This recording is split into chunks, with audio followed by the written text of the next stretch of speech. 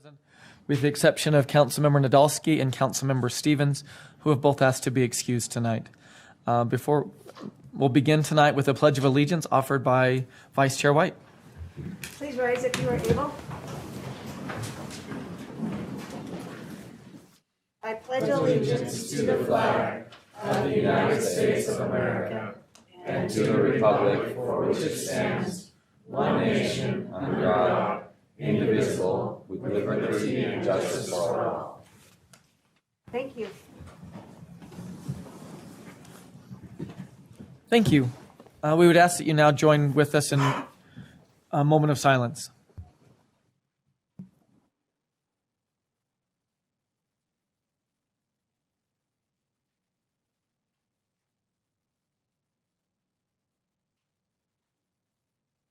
Thank you. Before we begin, we would just like to remind everyone that October is National Breast Cancer Awareness Month.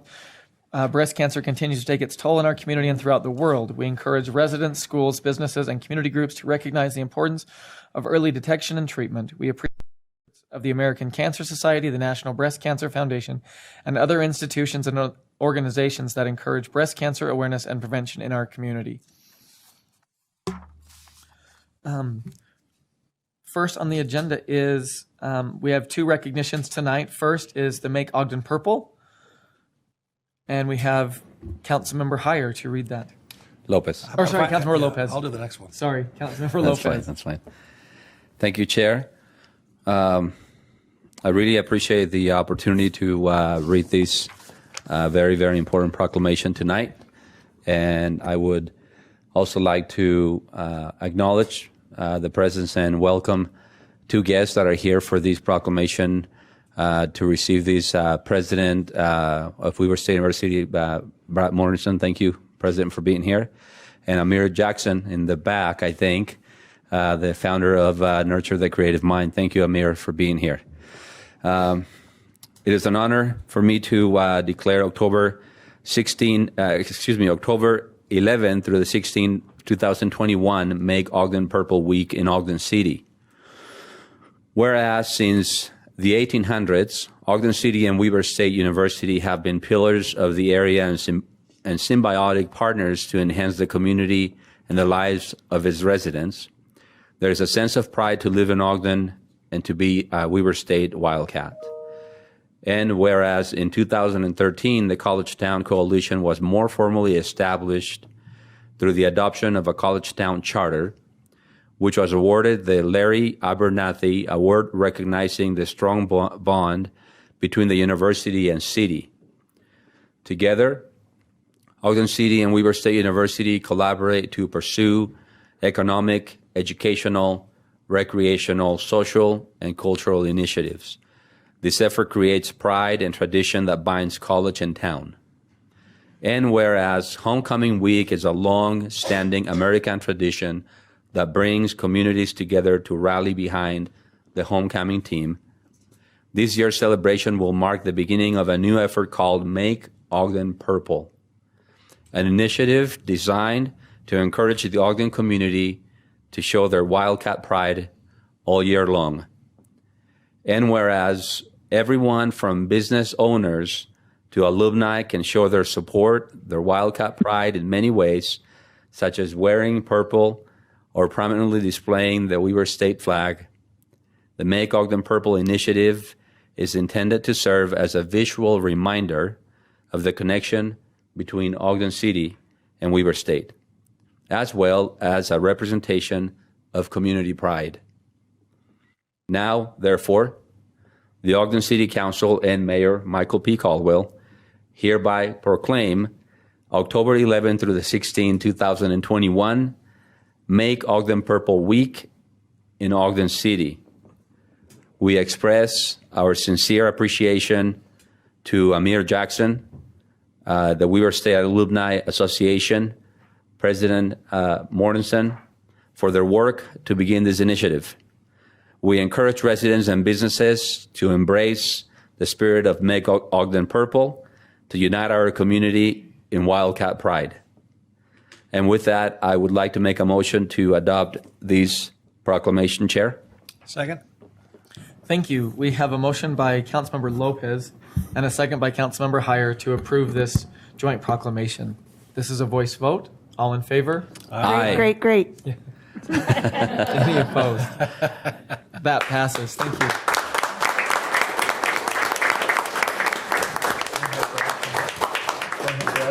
We would like to invite President Mortensen to please come up to receive, and Amir Jackson to come up and receive the proclamation, please. Gonna crowd up for a picture. Yeah, I think we're good. Are we? Okay, let's do it. Shake their hands first. Hey, thank you so much. Thank you. Thank My you. friend. So, Thank you. Thanks, Amir. Good to see you. yeah. Brother?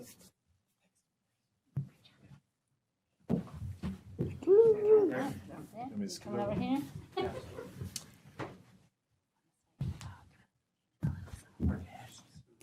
There you go. Perfect. Okay. Everybody looking here. 1, 2, 3. 1, 2, 3. 1, 2, 3. Okay. Did he take it? I'm sure he has. Yeah, we'd love you to say something.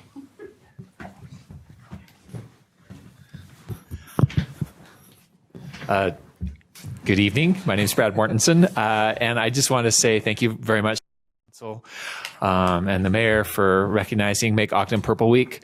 But mostly, I'd like to recognize Amir Jackson and his leadership with the Alumni Association Board of Directors for organizing this whole effort. And if you could please join me in giving Amir a big hand. Thank you. And, everyone, have a great homecoming week next week. Thank you. Yes. Can we invite Amir to also say a few words? Yeah, that'd be great. Please? If he would like to. I like action. Okay. All right. Thank you. Well, thank you both for this, and we look forward to a great homecoming week. Thank you. Okay. Next up on the agenda is the Community Planning Month. Now it's Councilmember Heyer. Thank you, Chair. I appreciate this opportunity to do this. In a former life, I served as a planning commissioner for about 16 years, and so this is kind of in my blood. So it's my pleasure to do this. We do have a couple of folks from the planning staff here with us tonight. And while we're reading the proclamation, we're making the presentation tomorrow in the Planning Commission meeting. So if you'd like to come back to watch the actual presentation, come back tomorrow about 5. But I'd like to now read this proclamation. This is declaring October 2021 Community Planning Month in Ogden City. Whereas change is constant and affects all cities, towns, suburbs, counties, boroughs, townships, rural areas, and other places. And whereas community planning can help guide this change in a way that provides better choices for how people live and work. And whereas community planning provides an opportunity for all residents to be meaningfully involved in making choices that determine the future of their community. And whereas the benefit of community planning requires public officials and citizens who understand, support, and demand excellence in planning and plan implementation. And whereas the month of October is designated as National Community Planning Month throughout the United States of America and its territories. And whereas planners work to improve the well-being of people living in our communities, taking a comprehensive perspective which leads to safer, more resilient, more equitable, and more prosperous communities.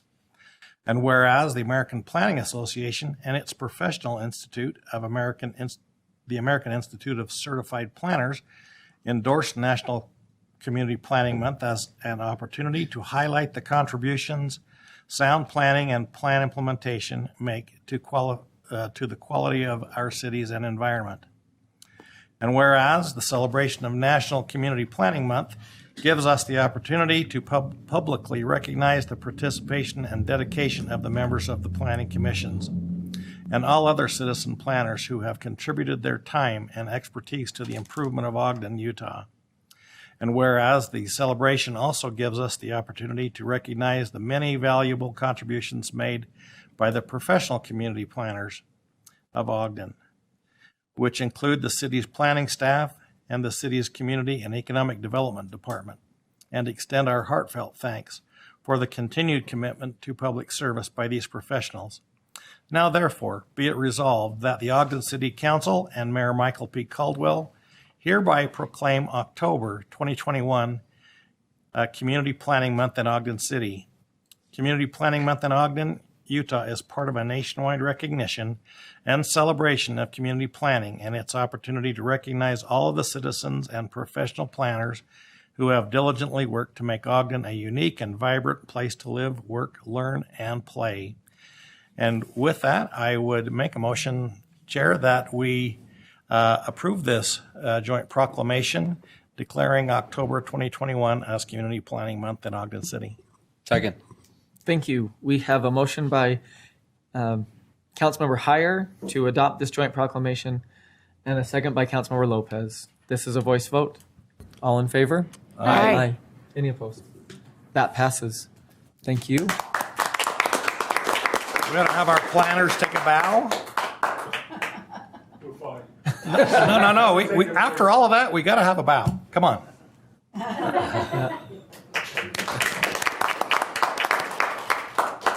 This is no small endeavor. This is a major effort that keeps our city running smoothly, and it's, it kind of seems you wouldn't recognize how important it is to have planning in a city, and appreciate Greg and his many years, and Barton just for a little while now, right? So, but thank you for the work you do for us. Thank you. Okay, next we have a request to be on the agenda. We have, I believe it's Kirk Nigro, the regional manager from Rocky Mountain Power, here to present the Blue Sky Legacy Award. I hope I said that name right. I'm sorry if I didn't. But yeah, thank you.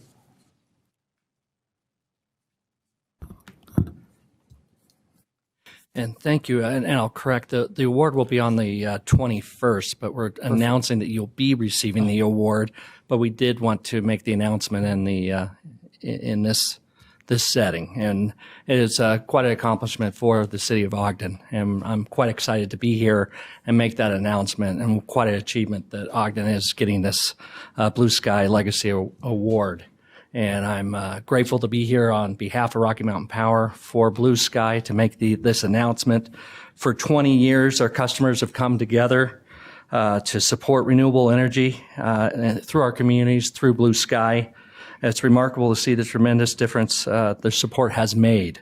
Blue Sky celebrates the power of community, and the real challenge that comes with neighbors helping each other has never been more meaningful, whether it's through installing solar panels, to help community service organizations save operating costs, or local wind projects coming online. We are growing sustainable, renewable energies for generations to come. The Blue Sky Legacy Award is an opportunity to recognize forward-thinking organizations and communities like Ogden that initiate sustainable measures to help their communities come together and support renewable energy. We'd like to celebrate the city of Ogden for being a Blue Sky visionary partner for almost 15 years and leading by example to create more sustainable future. Through the Blue Sky program, the city has supported over 146,000 megawatt hours of renewable energy. Because of its example to the community, the citizens are also supporting renewable energy and sustainability. To the tune of 17% of Ogden's residents participate in renewable energy development through Blue Sky or on their own on-site solar generation. By supporting Blue Sky, you're helping create more renewable energy in your own community through Blue Sky Grant Program.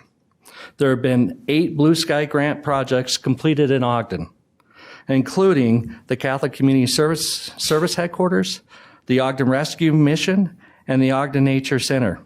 The city has supported these projects, which in turn help generate over 2,000 megawatt hours annually each year. The city has also participated in 8 WattSmart business projects and 6 lighting projects to achieve over 4 million kilowatt hours in savings each year as well.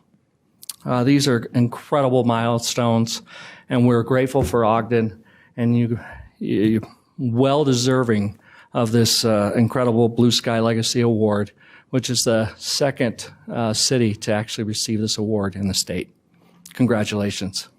Thank you very much. Yeah, thank you for being here.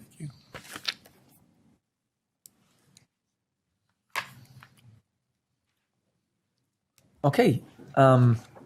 We have one item listed under common consent, the Ogden Natural Resources Stewardship Committee appointments. I would take a motion for that. Motion that we approve the proposed appointments, reappointments to the Ogden Natural Resources and Sustainability Stewardship Committee, and we need to shorten that name. Yes, right. Second. Thank you. We have a motion by Councilmember Heyer to adopt the item listed under common consent, and a second by Councilmember Chaburka. This is a voice vote. All in favor? Aye. Any opposed? Is Jonathan Melton here by chance? I didn't see him. No? Well, thank you. Next, we have a public hearing, the fiscal year 2022 Annual Action Plan Amendment number 1. And tonight we have Ward Ogden Community Development Manager here to present to us.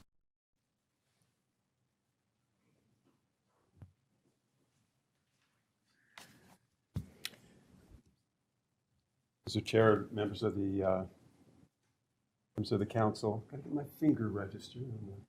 There we go. The item before you is the proposal is to adopt a resolution which would amend our annual action plan for fiscal year 22, which would use Ogden's current housing value study in place of HUD's outdated value study to determine maximum value limits for home-assisted homebuyer programs.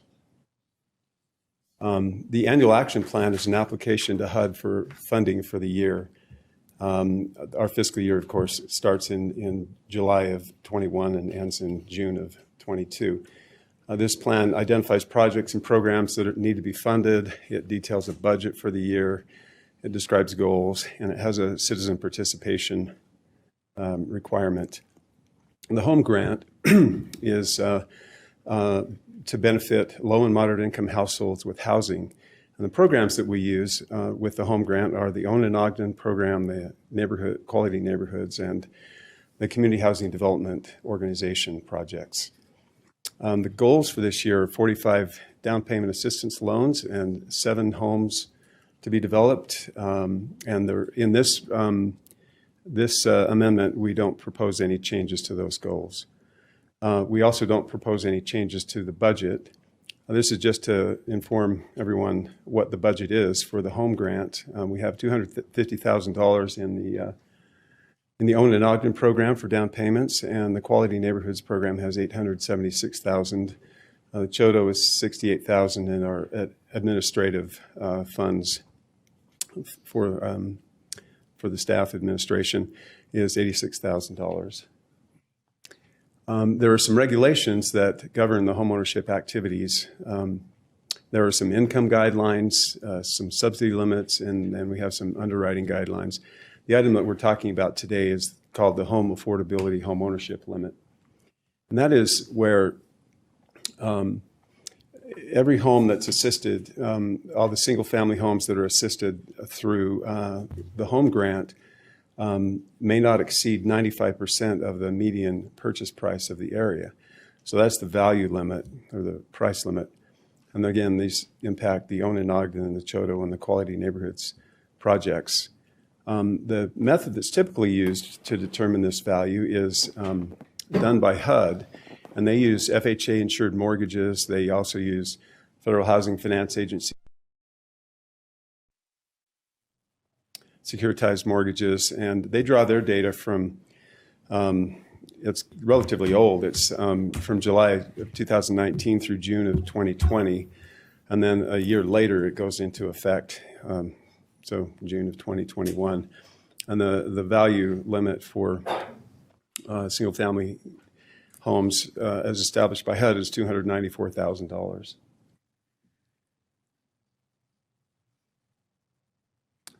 Buttons aren't working.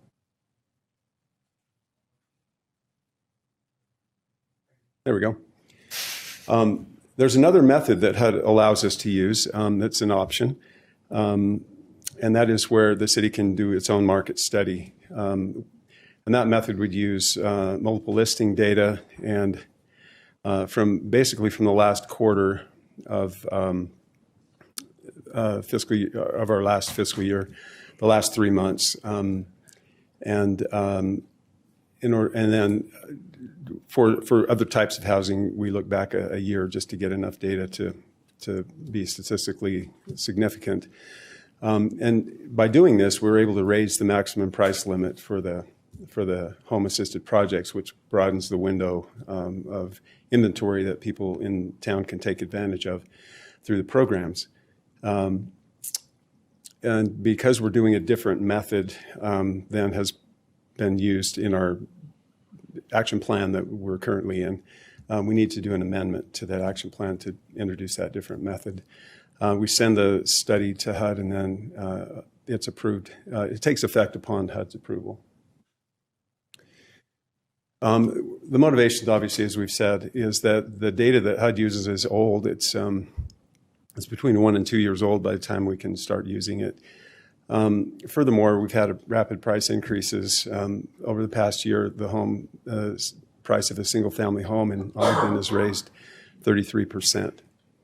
So it's helpful to have a more current look at the market. The method that we use is to use, again, multiple listing data from single-family homes from May through July, and then to get enough data to show to make a relevant study. We looked a year back on the condominiums, multifamily, and from duplex, triplex, and fourplex, and then on manufactured homes with land. So they have to have land with them. Then we rank them from the lowest to the highest value, and then find the middle value, which is the median, and multiply that median price times 95%, and that becomes the maximum price. It's a fairly simple process to go through, and this is what we've derived: 375 sales of single-family homes with a median value of $335,000, and 95% of that is $318,250. This is really the primary number that we use. We don't assist very many condominiums, although we could with the home ownership program, and manufactured housing and land could be done. We don't really participate much in duplex, triplex, and fourplexes, but again, we run the numbers because that's part of the study that is required. So effectively what we're doing is finding an increase from $294,000 to an updated value of $318,250. Again, that widens the opportunity for the inventory of available homes for people to purchase and use our programs. We did meet with the Citizen Advisory Committee in August and reviewed this method and the proposal, and they made a recommendation to the council that we do the amendment to the action plan. This is the calendar that we followed so far. August with the CAC, a public comment period through the month of September, and then a work session with the council on September 14th, and our hearing today, and then we'll submit tomorrow if it's approved, and then if HUD approves, then we'll implement the new value limits. So that's the proposal. Are there any questions? Seeing none. Thank you. Thank you.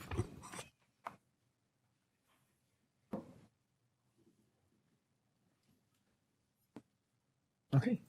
Any further discussion or comments on this item? If not, I would entertain a motion. Sure, I propose we adopt Resolution 2021-14. We're not going to take public input? Oh, no, wrong thing. Sorry. I apologize. Oh, it's public. Okay, sorry. Thank you. Sorry, my fault. Yeah, Oh, it is. Thank you. Oh, no. I was So- actually thinking. that was my. We will now take public input on this item. If anyone would like to speak to this issue. Okay. Chair, seeing no movement, I'd like to make a motion to close the public hearing. Chair Belair, Yes. we do have a hand on Zoom. Oh, sorry. Thank you. Okay. I'll hold that motion. That'd be great. Thank you, Angel Castilla. The time is yours.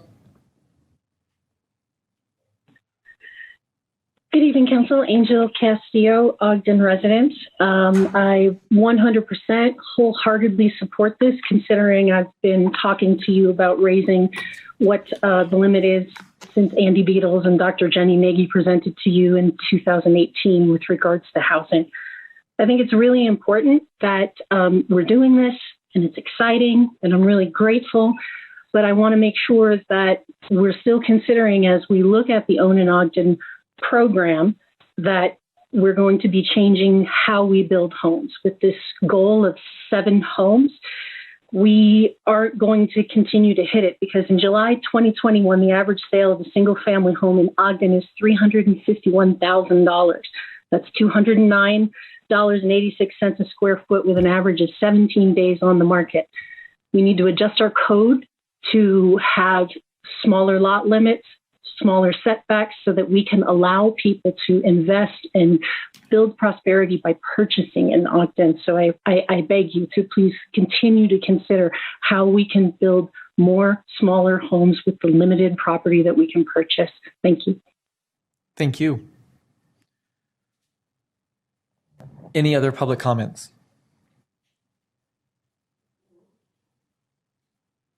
Okay. I make a motion. Public hearing. Second. Thank you. We have a motion to close the public hearing by Councilmember Heyer and a second by Councilmember Chaburka. This is a voice vote. All in favor? Aye. Any opposed? That passes. And now I would entertain a motion on this item. With that, I propose we adopt proposed resolution 2021-14, adopting the amendment number 1 of the annual action plan. Second. Thank you. We have a motion by Vice Chair White to adopt proposed resolution 2021-14 and a second by Councilmember Chaburka. This is a roll call vote.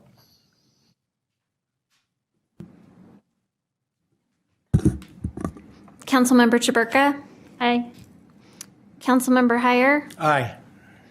Councilmember Lopez, Aye. Vice Chair White, Aye. Chair Blair. Aye. Thank you. That passes. Next up, we have reports from the Planning Commission. First is the rezone at 550 East, 900 North. And we have Greg Montgomery here.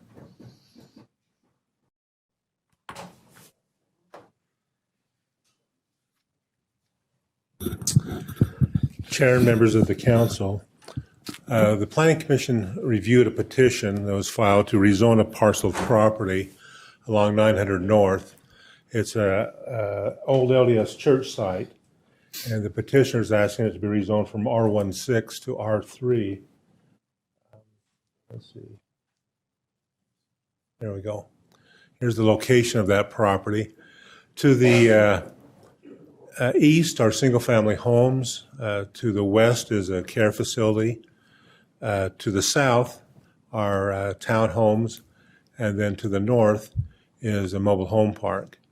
So you see it's located in an area of transition where you have a lot of different uses taking place, and this is kind of that center point. As I mentioned, its request is to rezone the property. It's 2.8 acres, and the intent is to develop the property as multifamily. So one of the things we take a look at is what is presently allowed in the existing zone. And under the R16 zone, there's a couple options that could be developed if the building were torn down. You could develop 5 lots just using the frontage along 900 North. Or by adding a cul-de-sac into the area, you could create 8 lots of areas for single-family homes. The ordinance also allows you reusing the existing church building for a variety of uses under reuse of a building that's permitted in the zone but is not residential.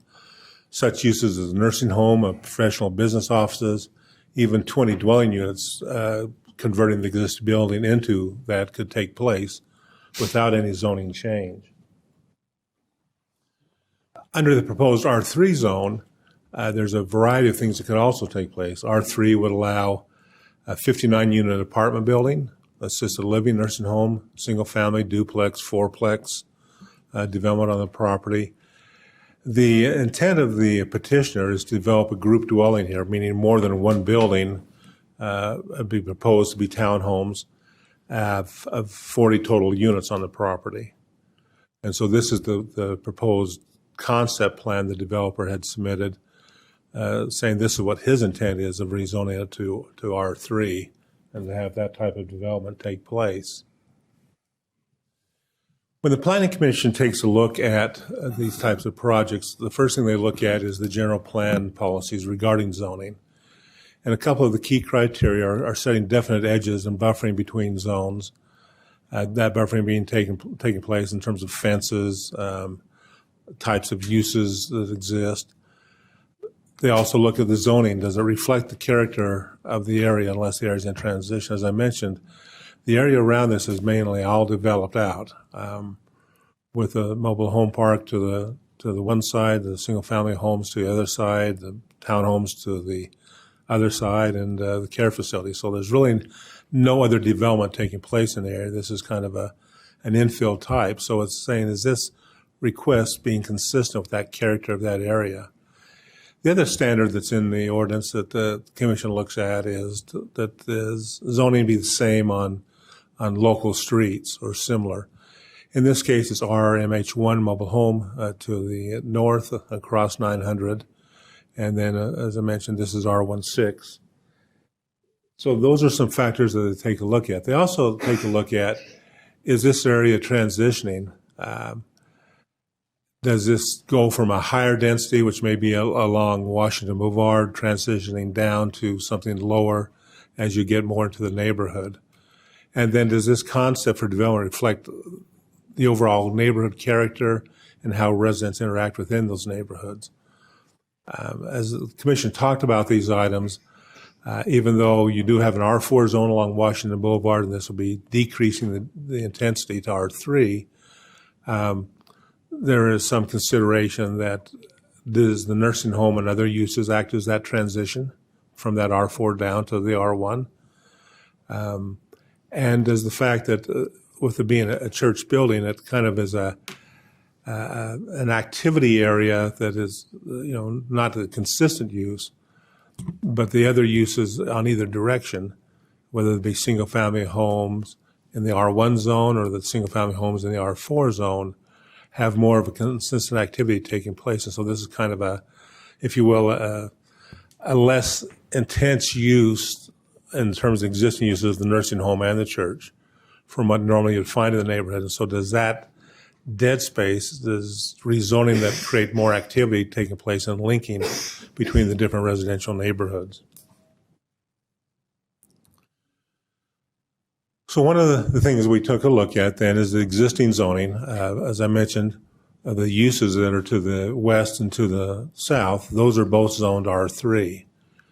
And so one of the considerations is, with that wrapping around two sides of the property, is that more consistent to rezone at R3 than leaving it as R16 for future uses once this building is demolished? And what would that look like? And what could that look like? One of the things I think that's important to note is, as we've talked about earlier in other presentations, the amount of multifamily housing being developed in the community and in the city. In this case, the Mount Lewis community hasn't seen a lot of new development take place. The only new construction in the last 2 years in terms of multifamily was the Sunset Point over by the Mount Airy Park. Other than that, all the other apartments and all that are being built right now are further to the south. Link community having some, Hillcrest having some, but more of it taking place even south from this area. When we look at the Mount Lewis community, present housing makeup, 71% of the community is made up of single-family detached homes. 11% are made up of the mobile homes, and there being 2 mobile home parks in this community. And then single-family row house or townhomes make up 4% of the housing stock. And then the rest of the types of development, as you can see in this pie chart, are a variety of duplexes, fourplexes, assisted living, and large developments that are multi-family type developments. Those developments have mainly taken place over the last 20 years in this community. And so I think that's one thing to take a look at. There's a wide variety of different types of housing types in this community, but the predominant has been single family. One of the things that's always discussed is densities, and trying to get a picture of what densities are. I know a lot of things are talked about of high density trailer park or high density development. Density is always kind of relative on two things. There's general scale of density and what is considered low, moderate, and high density. But then again, the density for is it high also is relative to what is around it. In this case, the single family has a general density of 5.8 units per acre. The mobile home has 6.7 units an acre. The townhome that's immediately to the south of this property is 12 units an acre. You look at another townhome project that's more into the middle of the neighborhood at 13 units an acre. And then the apartment complex on Washington Boulevard at 15 units an acre. So when you look at 5.8 units as the general density, as I said, 71% of the neighborhood is single family, and you look at 15 for the apartment complex, some of these older developments, you may say, okay, that is high density because that's 2.5 times the density of the single family area. But when you look at densities per se of densities on a scale, generally high density is somewhere between 25 to 50 units an acre. Medium density is somewhere between 12 to 20 units an acre. And low density is anywhere between 1 to 12 units an acre.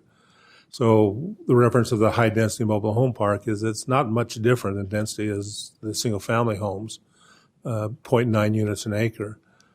The townhomes that are to the south are 12 units an acre.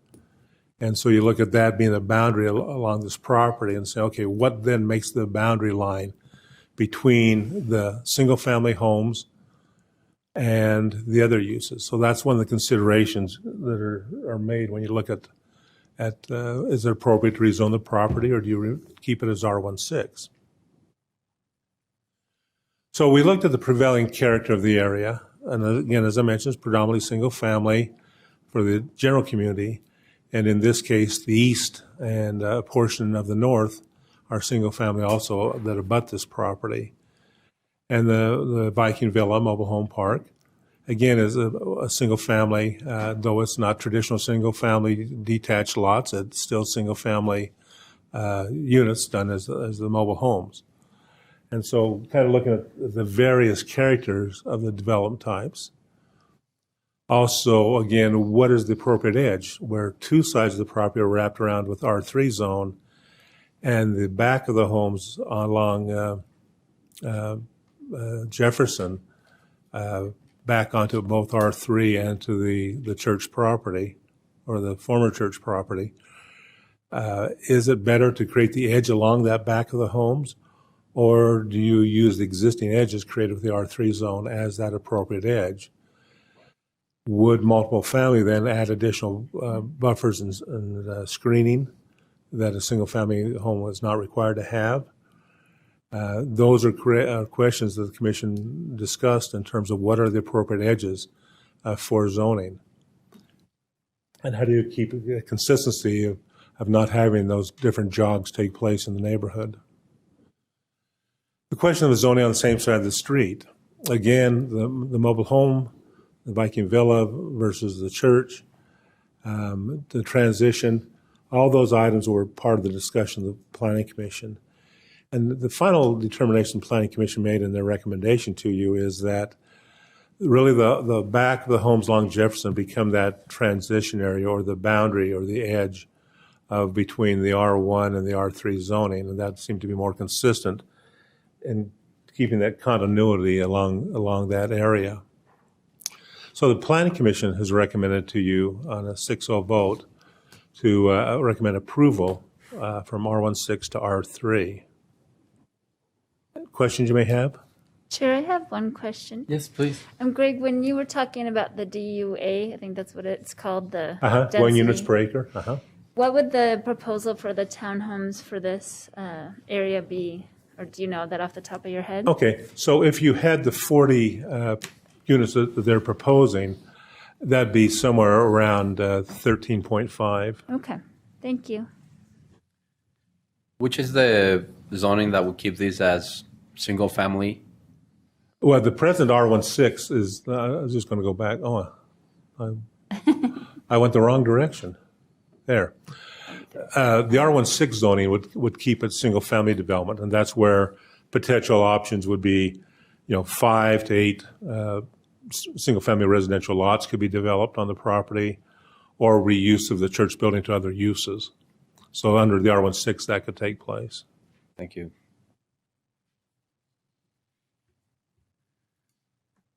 Greg, is there a way to keep that residential, the R16, however, lowering the lot size, making them smaller lots? Is that a possibility? Rezoning it to R15, that's our smallest. That's our smallest? And that's 5,000 square feet per lot. Okay. But with the way it's set up, could that work? I guess that's my question. You wouldn't get much gain out of that because of the lot width. I mean, the frontage along 900. You got some of those long, skinny houses. Yeah, about, still about 8 lots. Yeah. Okay. So I don't know, this may be a topic for another day, but I'm curious, when you say that's the smallest lot size we have, you said 5,000, right? Correct. So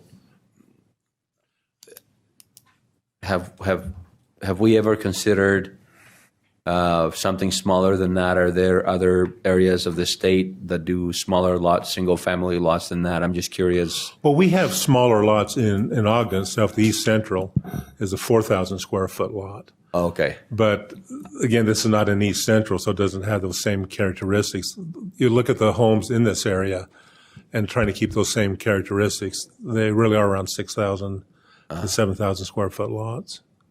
So that's the question of characteristic, because what you have existing there now and the densities have been developed, and what would the R15 gain you really in terms of this property? Okay. Do you mind showing us the slide with the proposed development plan? And I do really appreciate all that data you provided about the neighborhood. That's one thing we were asking at the strategy session the other day is, how do we know the makeup of our neighborhood? So I really appreciate that. Yeah. So this is the proposal the developer has given that he would like to do. Now, I'll just add that this is the concept. And the only thing we checked on this is some general standards that, yes, given the size of the property and given the layout of this, 40 units would be allowed under the zone. But it would have to go through the group dwelling process, and it may or may not get 40 units after the other standards of the group dwelling are applied, such as the open space and dedication of certain things of common area and those type of things. So these are townhomes, right? That's the proposal. Well, and I should couch that. So that is the proposal. I think one of the concerns that always takes place when you look at zoning, and why I give this list of what's allowed in the R3, is that any of those things are possible if you rezone it to R3.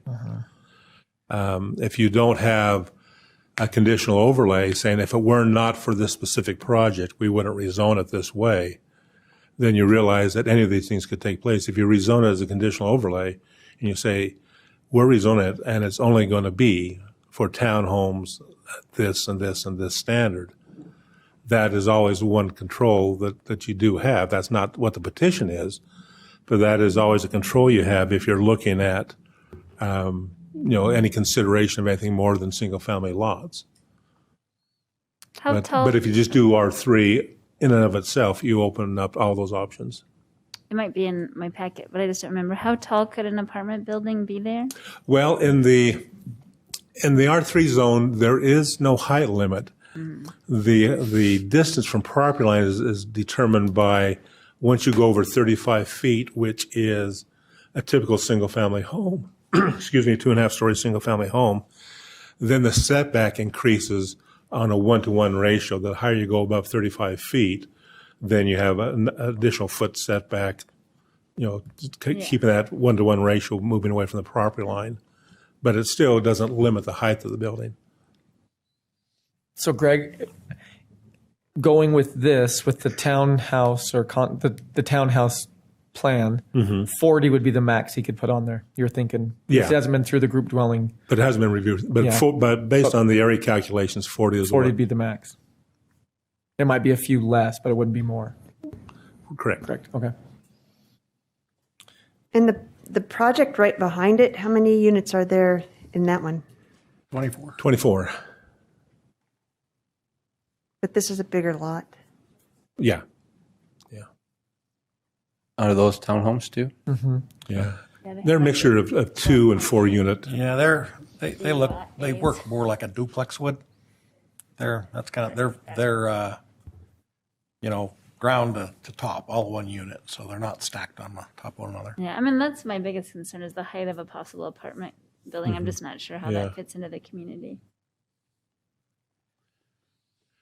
In the group dwelling ordinance, the height, even if it's zoned R3 as a group dwelling, the height is 35 feet, which you'd find typically in a single family area.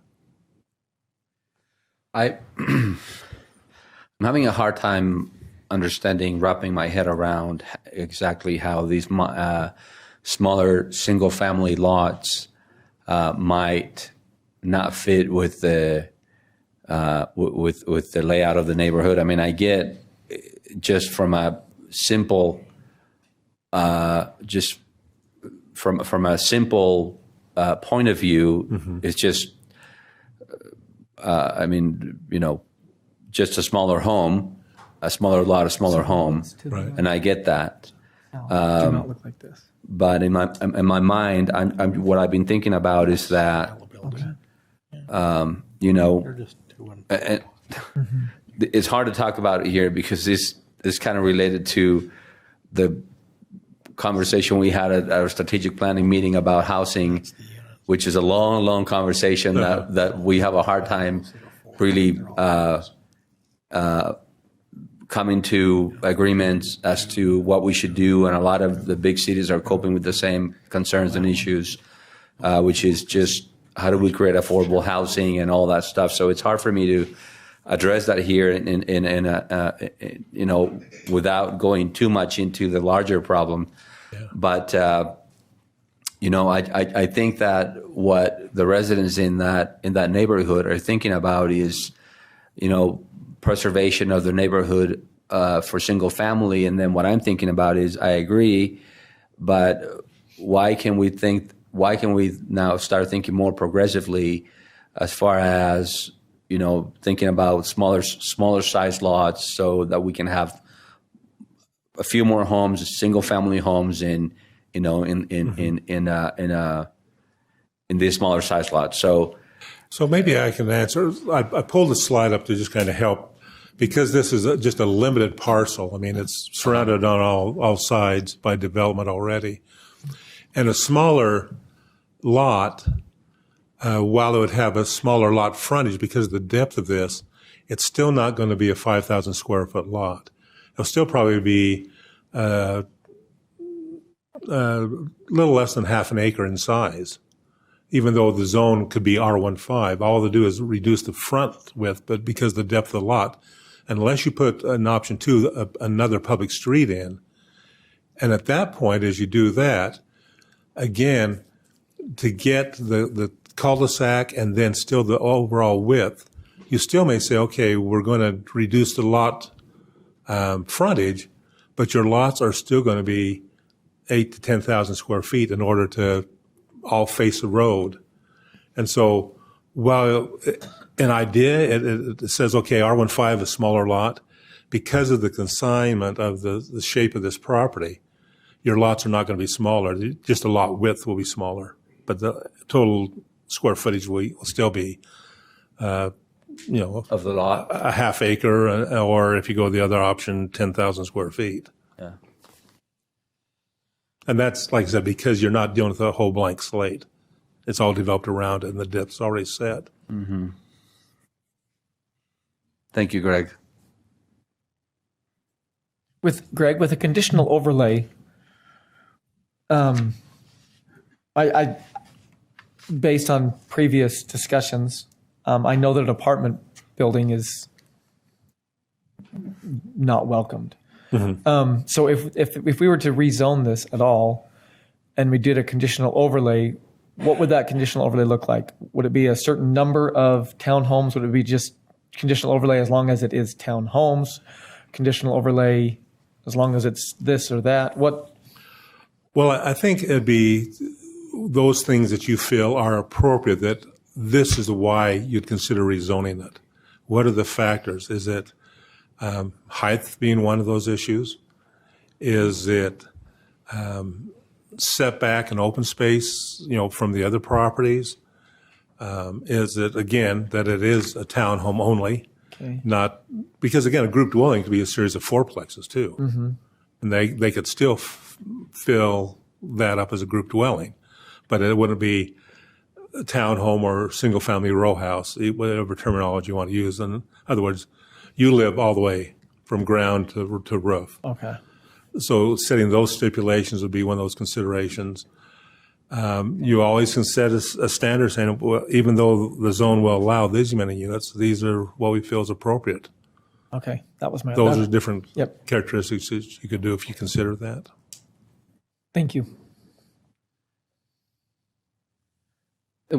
Chair? Yes, please. Would there be any merit to try to explain a little bit more what that means, the conditional overlay for the citizens that are here? I mean, sometimes I have a hard time remembering exactly what that is for. Is that okay? Sure. Yeah. So what a conditional overlay is that typically you're saying if it were not for a specific type of development, we would not rezone it because it would open up all these other options. So we are going to tie that zoning to a development agreement saying these are the conditions by which we're rezoning the property. And you need to meet these conditions for this zone to take place. If you decide to sell the property after you get the conditional overlay, there's an expiration that can be revoked, so it goes back to the old zoning. It also then says, even though the ordinance may allow you these things, these are the things we feel that are needed to make this compatible to the neighborhood. And so you can add additional standards because that's why you're rezoning it. Otherwise, you say, I just deny the zone and let it stay as R1. So, for example, a conditional overlay could be drafted in a way that only townhomes could be built in that property, Correct, not even though the apartment R3 complex allows or that. not, Mhm, or correct. et cetera, right? Okay. Thank you. Thank you.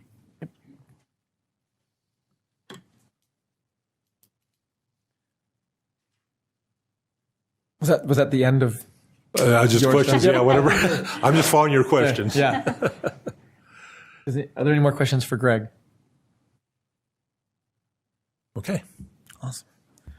Thanks again, Greg. I really love that extra information. And I believe we have the petitioner, is Mr. Diamond. Yep. Here.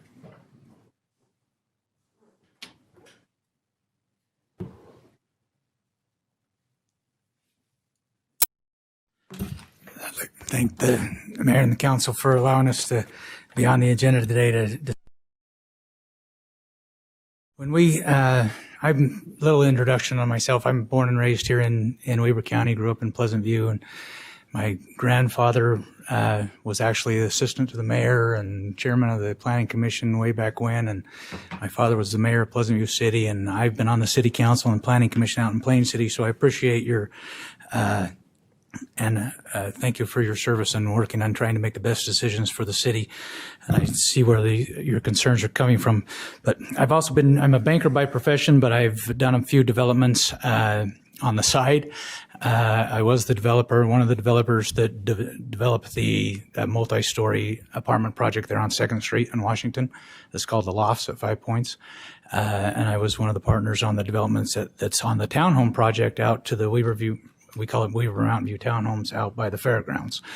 And those are two different style projects. One is a very nice townhome style project, and one is a nice tall multifamily project. So when we were looking for a project to do with a couple of my partners, we came across this old church property. And just to give you some background, when the church puts a piece of property up for sale, they kind of control everything, every aspect of that. And so they put right in the purchase agreement that I have to tear the building down.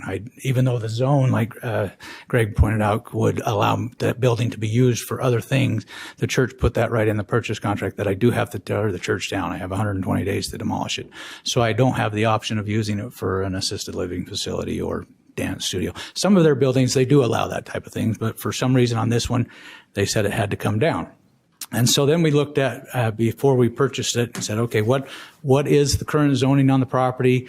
I got with the city and the planning department to see if the Mount Lewis community plan had any specifics for that area that had been earmarked, and there was no specifics on there. We looked at the R16 zone, did a preliminary sketch of how many homes, single-family homes we could put on there. I don't know if a little bit different design than the cul-de-sac that Greg pointed out, but we had a little different design with a T and a few more homes on there. We got with the local realtors, asked them what they thought about that project. If we were to build, in order to build single-family homes on that project, they would have to be extremely small. Because they are across the street from the trailer park and the assisted living facility. We got with those realtors, asked them about what price point we would need to be in, what's similar in the area, and I think that earlier discussion showed what the median was about for the area and for Ogden City, and the price point was going to be somewhere around $250,000 to $300,000, and they said, but you will have no problem selling them. They will be sold to out-of-state investors the day the paint's dry. And they will make them rentals because of that price point. And so we looked at it and said, in my mind, that doesn't benefit that community. If I sell those all and take my money and be done the minute they're done and sell them to investors and they make them rentals, 2 years from now, the landscaping is going to be dead. The broken down cars are going to be parked in the front yard. Because they will be bigger size lots too, they'll have all that excess room. And I didn't feel like that would be a benefit to the community. And so then we looked at, okay, if we rezoned it to the R3 zone and did a nice townhome project, it would work. We looked at the zone and saw that it would have allowed the 50-something units and 5 stories type of thing, but that's not the project for that area. And I said, I don't want to build that type of a project. So our intent is to build just a 2-story townhome project that's got 2-car garages on every unit. The main floor would be their garage, their front room, family room, kitchen, and then upstairs would be the 2s and 3 bedrooms. So that's the type of project that I felt would be desirable for that area. There's not a lot of new things that have been built in that whole community for quite a bit of time that Greg pointed out. And so that was our intent. And when the church put it on the market, one of their conditions was that they would not consider any offers from anybody that put conditions on their offer that said you had to get city approvals or had to get a zoning change done or whatnot. So they basically made you buy it, just put up the price and we'll take a price and no conditions. And so that's why we took the time to look at those different options. I can pencil it out on building some very small 900 square foot single family homes and sell them to the investors and make some money. But that's not what we want to do. We want to own it. We want to maintain it. If we can do a townhome project, we will maintain the ownership of it. We keep it nice. There's tricks that a developer and an apartment managers can do to keep them nice. The examples that I like to show is like on my Mountain View projects. We're very pet friendly, but we DNA test every pet. And if we find dog manure on the grass, we send it in, we find out whose dog it is, and they get a $250 fine. So you don't let the dog due to stay on the grass. If you don't bring your garbage can in within 24 hours of garbage day, you get a $15 fine. Now, that may seem excessive to some, but that's what keeps them nice. And my intent is to keep it nice. We'll put restrictions on it. We keep the paint fresh. We keep the landscaping nice. And so it's a benefit to the community. And so that's why we're asking if we can rezone it. That preliminary design is what the architects have put together, showing what could possibly be there. I have no problem if we need to do it with a development agreement in order to protect that. I don't want to build anything other than those townhomes. So if that's the proper way to do it, we can work to that.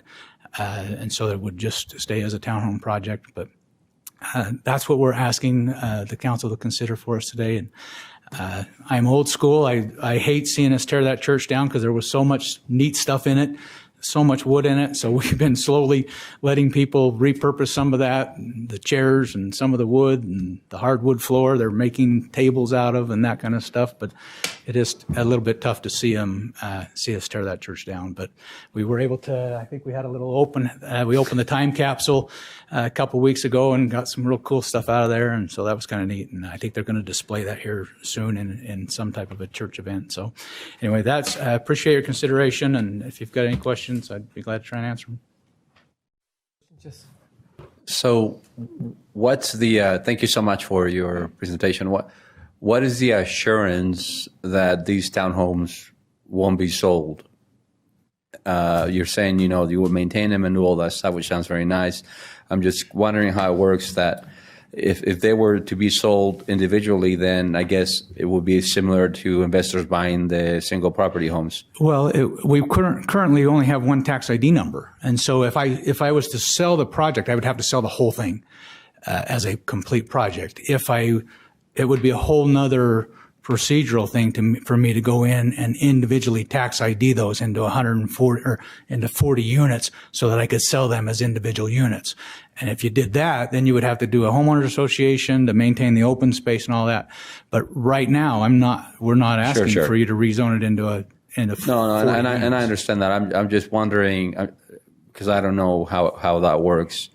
How could that community be in the future be protected so that wouldn't happen? I was just curious. Well, and that's where procedurally, you just wouldn't allow it to be subdivided because it's just one tax ID number now. Gotcha.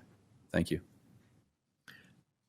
So do you have a number of townhomes that you would be looking to do? So I think the architects have worked through the numbers that would be allowed in that zone, and that 40 is what they come up with.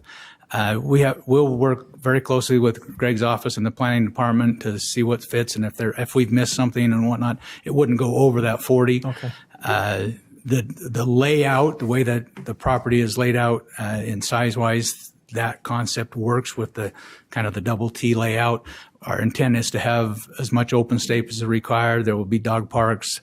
I'm a little, with the current water situation, the city's ordinances on how much green space and trees and shrubs and whatnot is probably a little bit problematic in today's world. We have no problem complying with all of that. I mean, the number of trees I had to put in the Mountain View project and the Second Street project was, it's huge, hundreds of trees, but you have to water those trees. So I don't know what the city has in mind and the planning department has in mind and maybe trying to tweak that, but we'll comply with everything that's inside of that ordinance.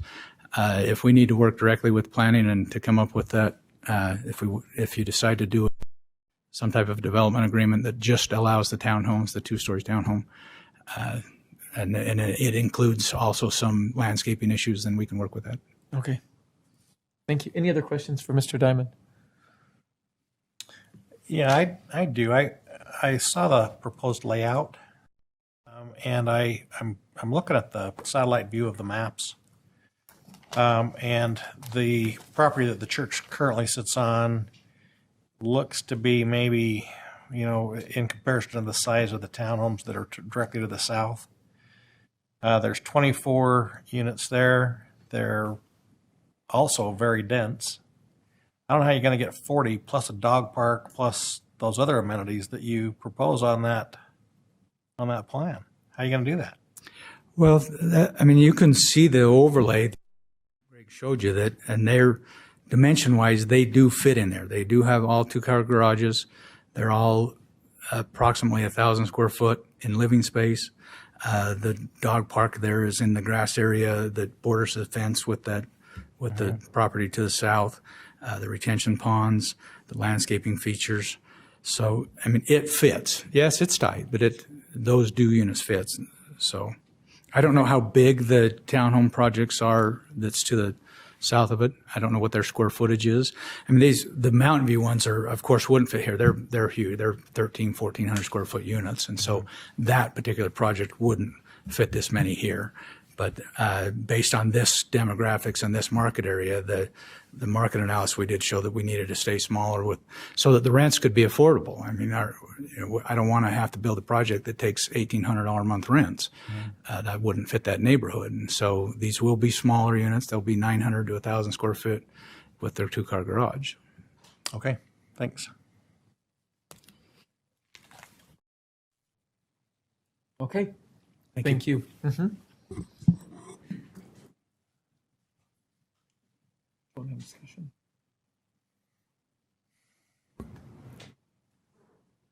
Yeah, I just wondered if anybody wanted to have a discussion before we open it up to public input. It seems like we might be getting some different ideas than what was presented. So, from a conditional overlay to.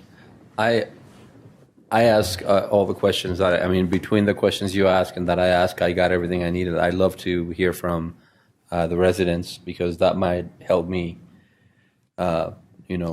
formulate the course that I want to take. That's me personally. Yeah, I think that will help inform our discussion. Yeah, so maybe the discussion probably after the public input. Sounds good. So we will now receive public input on the rezone at 550 East, 900 North. Please come up here, state your name and address for the record, and limit your comments to 3 minutes. Chair, I don't know if it matters that much, but the address is actually technically wrong. That is an address on the north side of the street. I believe it's 555 East, just for the record. So. We're talking about the wrong place. Good evening, council members. Lisa Took, and I live on 621 East, 925 North. So where the church is, as the road curves, I'm pretty much right on the corner. So I wrote all of you an email that you might have seen. I'm just going to reread a couple of things from that. So it was brought to my attention that there's been a proposal made for the property at 550 East, 900 North in Ogden to be rezoned and increased from single-family housing to multifamily dwellings and multi-level apartments. I implore all of you to vote against this. My reasons are 900 North already has access to that mobile home park, and traffic onto Washington Boulevard is already very crowded. It's congested. It's hazardous. My husband has almost been hit by a car while he's been getting the mail. So maybe we could discuss speed bumps later. So there are also too many people that speed on the street, as I mentioned, and the extra traffic or activity is unwelcomed.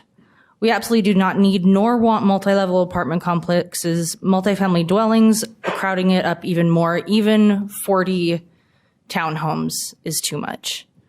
My thoughts behind that, every family doesn't only have one car for the most part.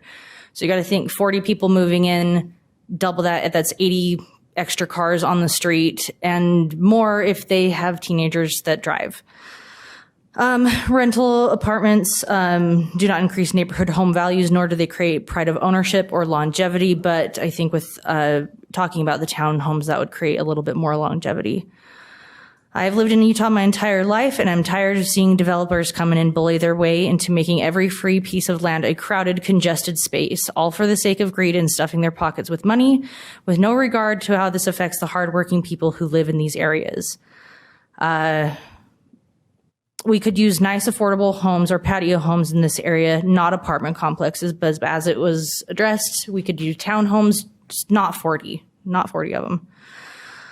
I understand that Utah is growing, but I would much rather see single-family housing go in rather than a huge apartment complex that will only further exacerbate our already increasingly busy street and surrounding community. I sincerely hope that the Planning Commission, council members, and administration do not feel obligated to change the zoning regulations for developers so that they can make more money at the expense of property owners that have vested interest, love, and pride for their neighborhood. There is one last thing, and then I will be done. I don't know if any of you have been up to Causey or Pineview lately, but the more people that we put in, I am just worried that the more that we do that, the less natural resources we will have in the future. I've lived in Utah my entire life, 38 years, and I've never seen it be this bad. But thank you for listening. Thank you for your time. Have a great night.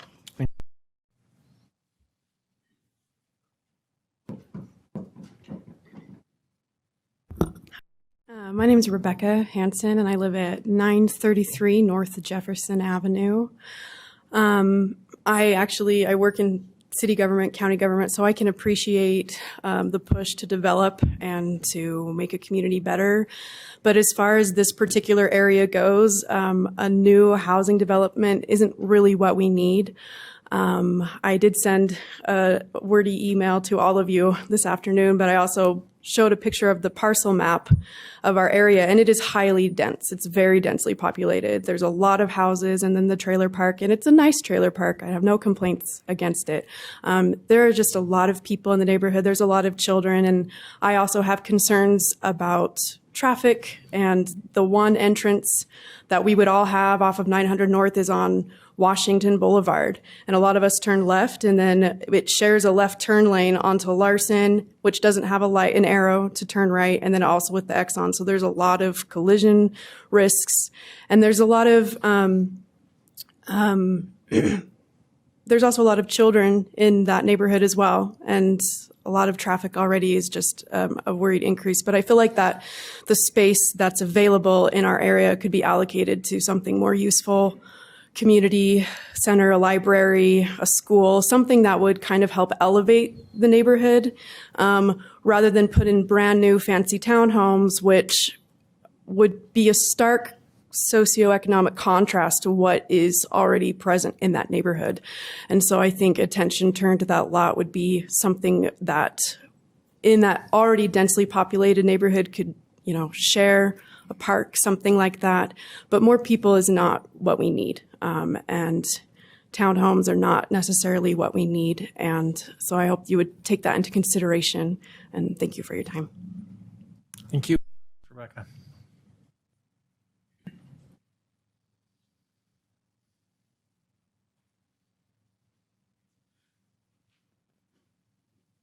My name is Tara Rodriguez.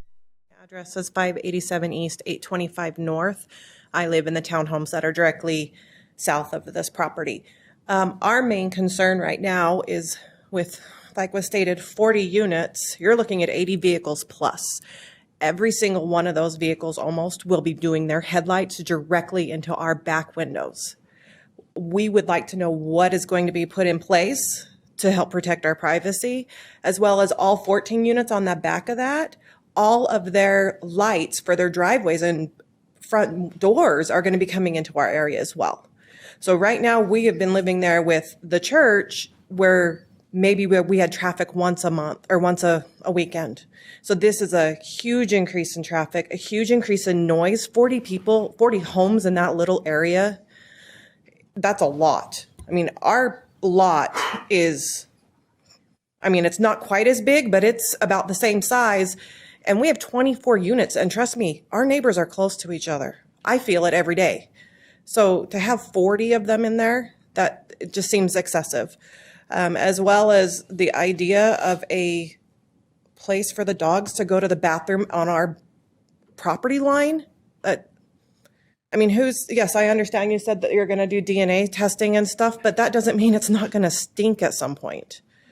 And to condense it all into one area like that. So thank you for your time. Thank you.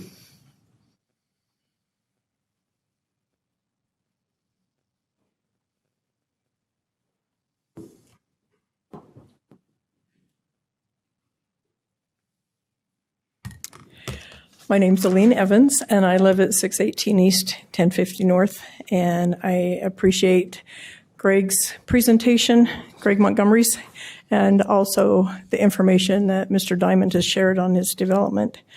But I wanted to bring up, a few years ago, Ogden City Planning Department worked with the residents on our Mount Lewis Community Plan. The project was lengthy, took months, and very detailed. The project investigated, discovered, and decided on the future of our beautiful neighborhood from North Street to the North City boundary. This detailed report can be located by Googling Mount Lewis Community Plan. This will pull up a 35-page document. On page 15 of this report is the land use section. The second paragraph states, all new residential development east of Adams Avenue, which is 500 East, should be of single-family dwelling unit variety. A very important part of the project was zoning, which allows for development, uses, and density of this area. Currently, a developer has submitted a request to change the Mount Lewis Community Plan and do spot zoning of the current R16 single-family home zoning at 550 East, 900 North to be increased for multifamily dwellings and higher density. For the property developer is requesting R13 zoning, which would allow development such as the new development at 2nd and Wall, 165 North Harrisville Road, and 487 2nd Street, The Loft. A notice letter from Ogden City for this change request was only sent to those properties within 300 feet of the church property. The Mount Lewis community was not notified. 900 North has already been discussed as high density for traffic. There's the middle section of the mobile home park. That's their only resource, is that road. Getting onto Washington Boulevard also includes a T intersection from Larson Lane between 900 North and 1100 North.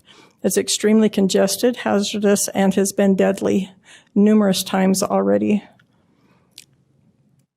Ogden has experienced a huge increase in apartment complexes throughout the city. It is a great concern for single-family homeowners and their love for their community and investment in the city. Our north end of town currently has an inordinate amount of high-density housing. Consideration does need to be taken for the long-term homeowner-occupied residents and the flavor and personality that has made the Mount Lewis community what it is today. If the Mount Lewis Community Plan is to be changed in any way, we need to have it presented to this community from the planning department in the same way and process that it was previously done, so that all the residents would be aware. As we went around and knocked on doors just talking about this, people were glad that we were informing them that there was a development started. Thank you. Chair. Eileen. Evans. My name is Jim Wilde. I'm at 733 East, 1000 North. I also have lived at 610 East, 900 North, which is just on the corner there, northeast of the church by about a half a block. My concern at this time is what impact would such a development have on the property values in the neighborhood? Would taxes be raised to support such a thing? Since we've lived there approximately 35 years or so, we've had taxes raised quite often, and we still live in the same house. With the price of housing and everything, I can understand why people would move into townhouses or apartment complexes or duplexes, yet we need to understand what is the effect not only on the community but also the environment What will the effect be on the care center next door? Now, my family moved into Ron Clare back in 1967, and at the time, 900 North stopped just west of the church building. There was no Viking Villa mobile home park. That was just all basically swampland and that. But over the years, it's developed. And I have nothing against with development, but I am concerned with congestion and the things that can come about because of that. You can't say that people moving into the neighborhood will diminish or increase the value of the community, not only housing, but also personality and community spirit. There are good and bad people that move into the neighborhoods and I can understand that. So I have no problem with people having the advantage to find affordable housing. Although back in 1967, when my father bought his property, he paid $11,800 for a 3-bedroom house. Houses in our neighborhood within a few blocks radius are going for at least $200,000. And there are many times I get a phone call or a mailing asking if I want to sell my house. And the ones I talked to on the phone, I said, sure, I'll take $3 million after taxes and other things. Well, they quickly say, thank you, have a good day. But that's how some of the people, particularly the residents who have been there for a long time, that's how we feel about our community. We love it. We cherish it. We're grateful for it. We have beautiful vistas and panoramas. We have the mountains on the east and the north. We have beautiful sunsets on the west and beautiful sunrises on the east. So please take into consideration the feelings and concerns and interests of the residents that are there now. Thank you.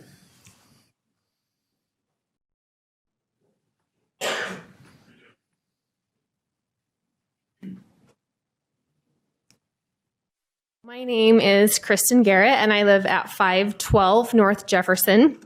And I definitely oppose the development change. I was probably one of the last remaining undeveloped properties that I bought there on Jefferson. There were 3 lots right by our house. And from my perspective, if there are lots available to build to suit on in that area, you'll draw people in that want to build a house, because the other areas in the municipalities that surround Ogden, you can't buy a lot for less than $200,000 at this point.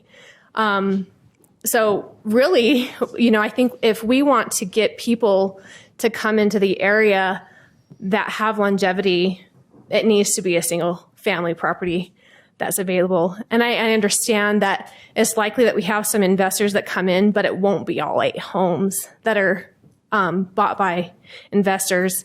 And I definitely agree with the congestion that will occur because of these townhomes. So with the crime levels that I've seen just in the area that I live in, I've only lived there for 4 years, but our cars are broken into. They've been broken into 3 times just because of the foot traffic that happens, and then people running their cars all over. But anyway, I think that we need that longevity here in Ogden for the most part, and townhomes would not do that. Thank you. Thank you.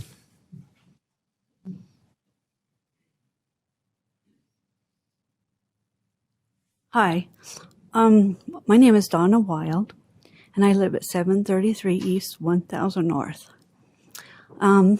When that building was built, I was only 5 years old. So it has a deep memory for me in that building. I would like to see maybe a park or something else in that property, if we could, because of all of the traffic that would be around in that area. These multifamily dwellings and stuff would make too much of a congestion through there. And also through coming up from Washington Boulevard up onto 900 North. There have been very, very many accidents that have happened. We've had very dear friends that have been killed walking across the street. Even on the crosswalk, we have had some people get hurt. We have lots of young kids around. Also, too, the neighborhood roads are very, they need a lot of construction and to refurbish them. And we have a lot of street lights that are out because they're shot out. We have a lot of, have some crime levels in there. Like she said, we have some people that have had their windows shot out and broken. There is some crime rate in there. In fact, I lived just across the street from my mother and father on 720 East 1000 North. I have been there, and my mom and dad moved in there when I was only 2 years old. So I do have a lot of respect for that area. My husband and I moved to Wichita, Kansas, which we lived for about 5 years. And most of my years in that area has been in that property and in that area. So it's really home to me and my children. And I'm sure that some of these people here that are behind me know of that area and how dear it is to us. So multi-family homes and duplexes and things like that will not fit right there. It's too much congestion. Our roads are very damaged. We need them upgraded. We need the lights fixed. There's a lot of things that's going on there besides just that building that we need to take advantage of and take care of. And I think that if we rounded around together, then we could make our Ronclair Village what it was when I grew up, when I was little. And we moved in 1960. And so it's home. It's home. And I don't want it to be congested and, have problems around there. If we could do a park or any other suggestions, I would love to have that.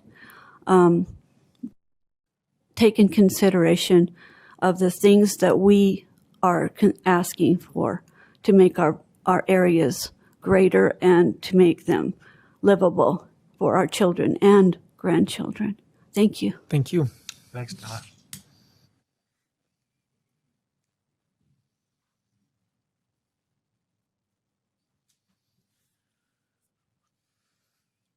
Seeing no other movement in the chambers, we have 2 online. Let's go ahead and take those now.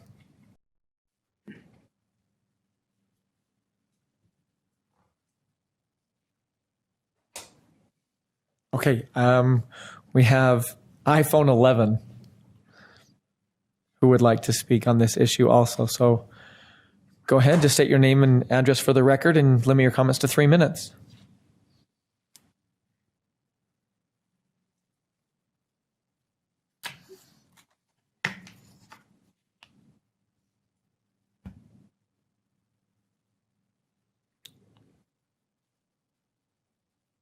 Never mind.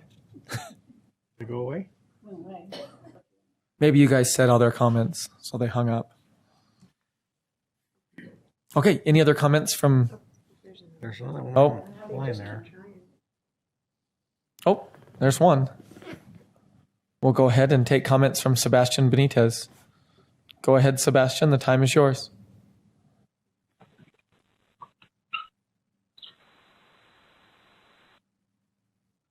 Can you hear me? Yes. Okay, my name is Sebastian Benitez. I live in East Bench, but I know very well the area. I want to support the neighbors. I want to support the neighbors for many, many years living there. I want you to consider it. You represent the neighborhood you represent the community. You don't represent developers. And originally, that project was for assisted living home. Now change.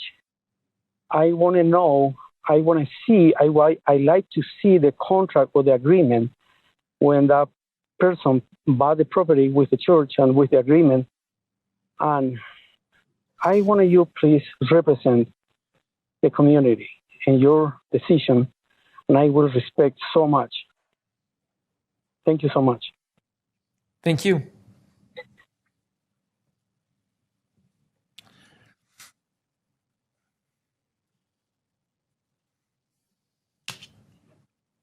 Nobody else? Try this again. Yeah. Oh, Yeah, one keeps going on and off. Can't get everybody.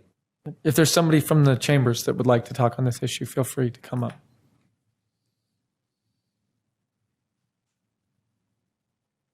We're not that scary.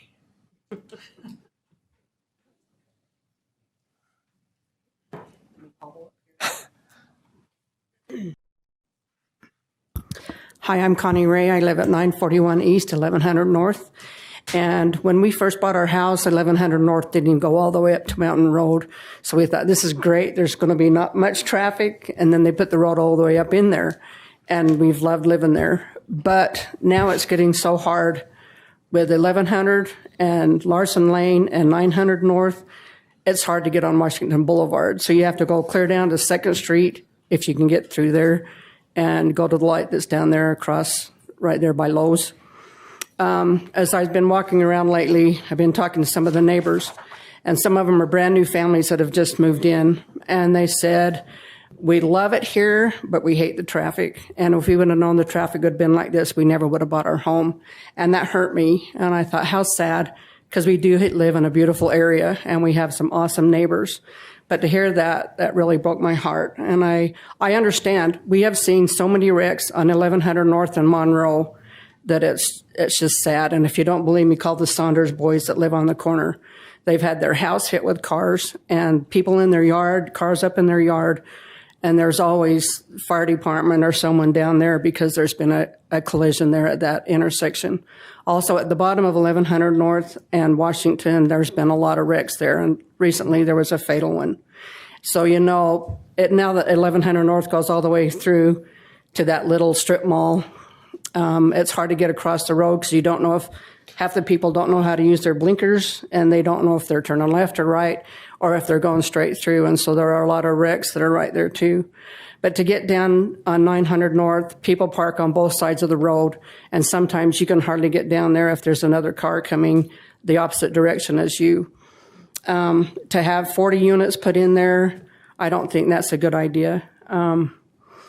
There's so much down there now, and to have something like that, I don't think that's a great idea. But to have smaller homes where people can buy them that can afford them, a lot of them can't afford these $1,400 a month apartment house rentals, and so it's not going to help our community at all.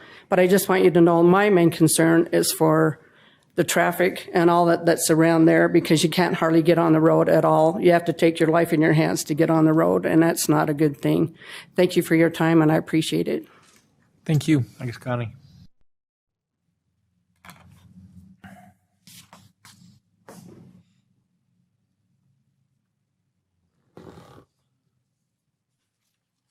Chair, see no movement. I make a motion that we close the public hearing.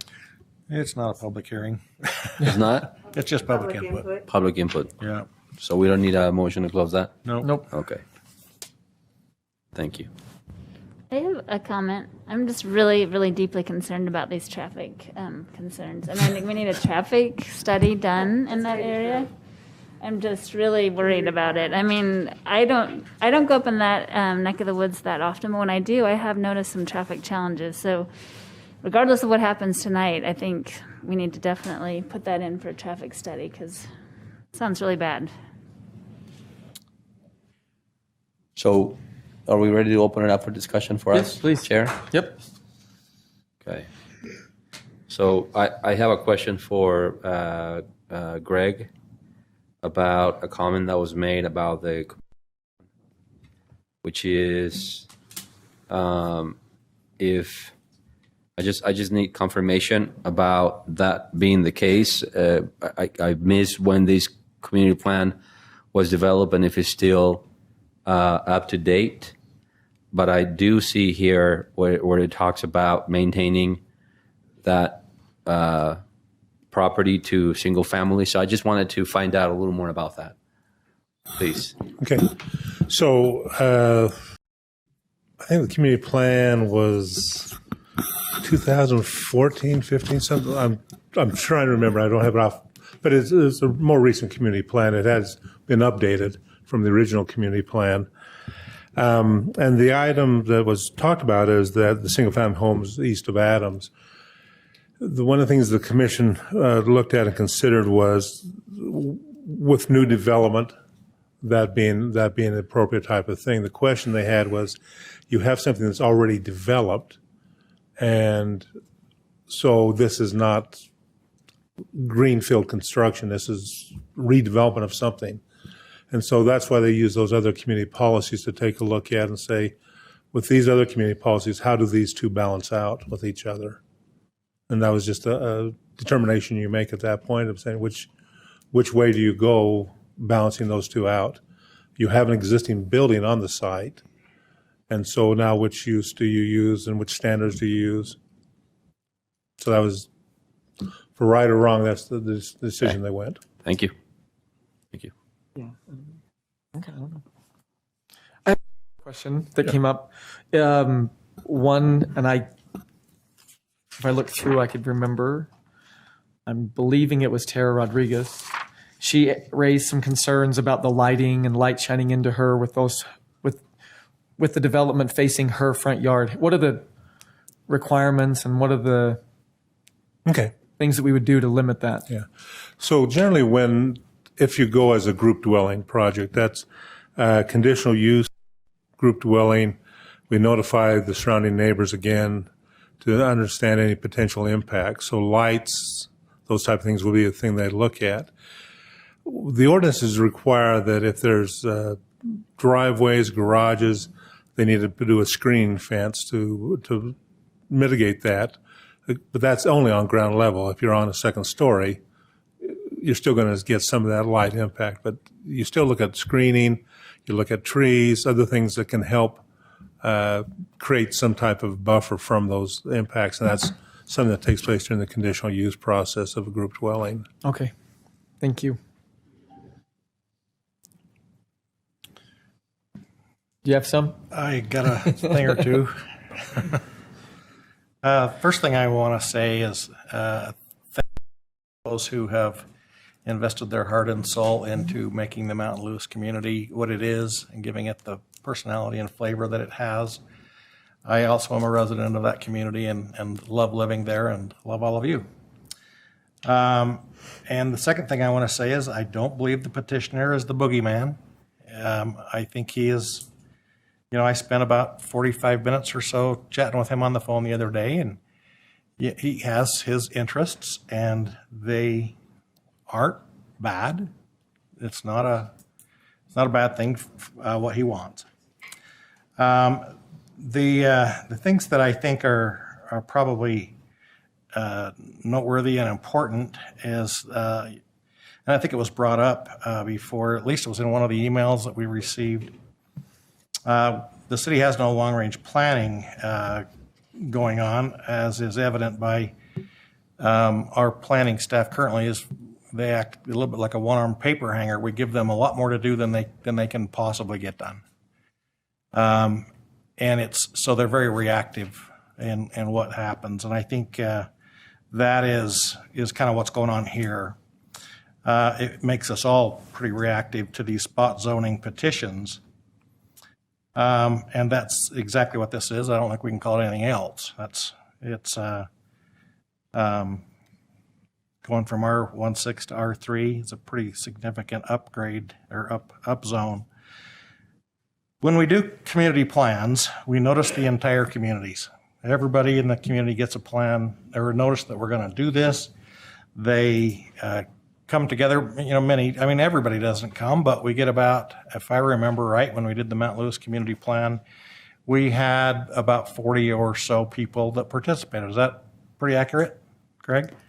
And they divided up into different committees to talk about different things like recreation and land use and traffic and parks and rec and different things of this nature. And they seriously, deeply dive into these issues for the community. Then when we get a petition like this, incidentally, that I looked that community plan up, and it's pretty clear. All new residential development east of Adams Avenue should be of the single-family dwelling unit variety, and that's less than 10 years. That's 7-year-old community plan, so it's not old. But anyway, so we notice this 300 feet from the area that is proposing to be rezoned. We don't notice the whole community. But as you can see, and as you can tell from your inbox, this community got the word, and they are fully in support that this be denied. I don't know if any of you got an email that said, yep, you need to approve that, but I didn't get one. So we essentially have the same number of people that did the community plan weighing in on this rezone. So I think we can give it some credence. I don't think they're kooks.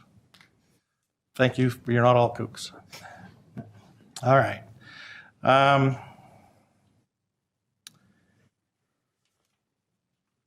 More than a decade ago, we did a mass downzone from R2 to the R zones because we noticed a problem in the city, and this seems very inconsistent with that thought. That, okay, we got a petition for one piece of property in the middle of a R16 neighborhood that we ought to upzone to R3.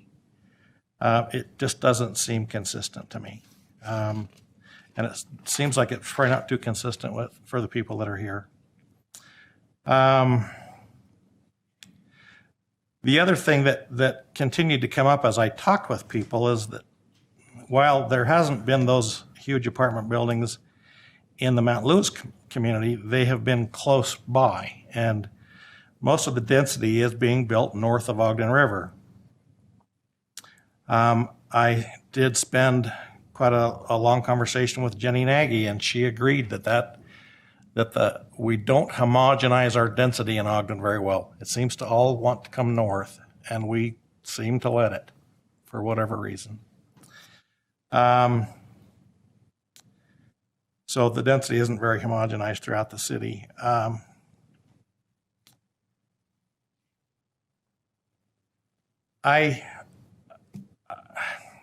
guess maybe that's really all I have to say. I just think it's a bad idea also that we do this. This is, that R16 is a designation that's been there for a long time. It's adjacent to R16. R16 development will fit that in the city. It's questionable whether anything else will. And so I propose that we deny this. That's my recommendation. Thank you. Any other comments? Yeah, I have some comments, so I didn't, before you make a motion. I wasn't going to make a motion. Right? Please. So I just have, I'm doing some math. I just want to, I get that we want to keep it as, well, first of all, I have a question. So is a townhome considered a single family dwelling? No. Or it'd be an R1. Yeah. But that is one thing I did put down in my notes to say. Part of the issue is rental versus owned. Now I know we can't legislate. We can't legislate that, but it doesn't take a very smart person to know that some housing types are a lot more likely to be owned versus some other housing types are a lot more likely to be rented. And this petitioner has already said he was going to rent it. So that's part of the issue. So your question is a single family detached, a single family attached, the same in terms of what the zone allows? And the answer is no. Current zone? Under the current zone. So we look at single family detached as being one unit on one lot. And anytime you take and say, okay, now I'm going to have 2 or 3 units on one lot, even though they're up and down the same owner or same living space, they're attached dwelling units. And so even though each unit is a single family still, they are different and need different zoning to have that take place. Okay. You said that better. I don't know if I did it right. Thank you. That was my question also, Greg. So I just have a comment, and I've been Googling the price of the lot. If we could have our wish, we would be able to put 5. And I just did a Google of the lot. Whatever, LoopNet or whatever. Based upon that, if we did 5 lots, each of the lots would cost $169,000, almost $170,000. Based on what we heard earlier, $318,000 home, that means you could build a 988 square foot house on those lots. Period, the end. Even if we did the 8, you could only build a 1,400 square foot home. So I think one of the things that we have to understand about this lot is that somebody has to pay for the lot, and then and that's at $150 a square foot. I don't know what the going rate of building is now. It's probably even higher than that. So, I think somebody, and I don't remember who mentioned it, but that there's no more lots and that people would build on it. They can't build on it. I mean, they can, but I think we'd be pricing ourselves out of single-family dwellings in that area if all we could get out of there was a 5 or even an 8 lot subdivision. So I just throw that out there as I'm not sure that it's. To me, I'm not sure that we can actually go down a road of looking at a single-family dwelling or keeping it as a single-family dwelling area. That was just my comment. And I kind of just to pile on that, just kind of thinking about the neighborhood. I mean, I totally hear you about the traffic problems. I think every area in the city is having some of those challenges, and we just need a lot more traffic studies, a lot more resources to consider those issues. For my challenge, kind of backing up yours, is that I certainly don't see the space, like the developer mentioned, for building a very high apartment complex. But I do see the need across our city for all different kinds of housing development. And we just have this huge tension, I think, right now between people saying, well, we don't want the city to be the developer. But when a developer comes and tells us all the facts about what they can and can't do with the property, that we're willing to just say no. I think that there's a compromise, and there might be a compromise that we could do about that. Growth is coming. I mean, people need a place to live. And I think, what was the statistic I keep throwing around? 44% of Ogdenites are renters. So I really cannot tolerate the negative connotations about renters in our community when we know that there's people that own those properties and they're making profits. They would not stay in the business if it were not for making profits on being landlords. So maybe we should talk to the landlords about how they're dealing with their rental properties versus demonizing renters in our community. I just don't think it's appropriate. Chair?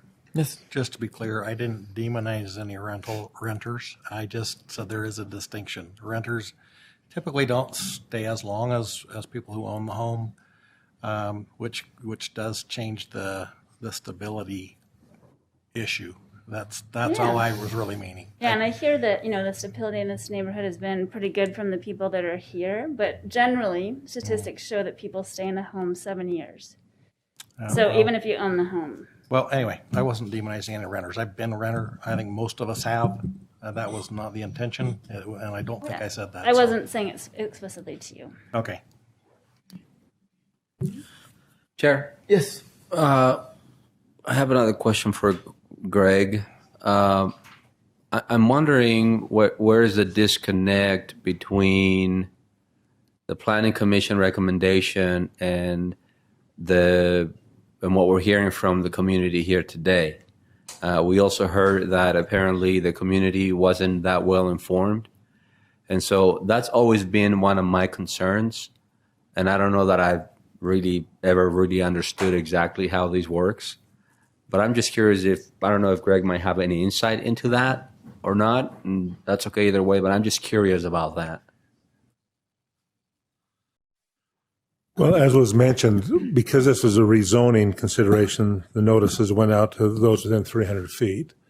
And the people we did have come were the townhomes behind, again, concerned about their views and those type of things. So those were the people that came.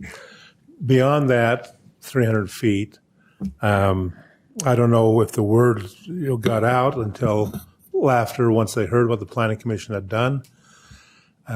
Frankly, sometimes people realize that the Planning Commission is a recommendation body and the City Council is where the action is. So if they can come where the action is, that's time more well spent in many people's eyes.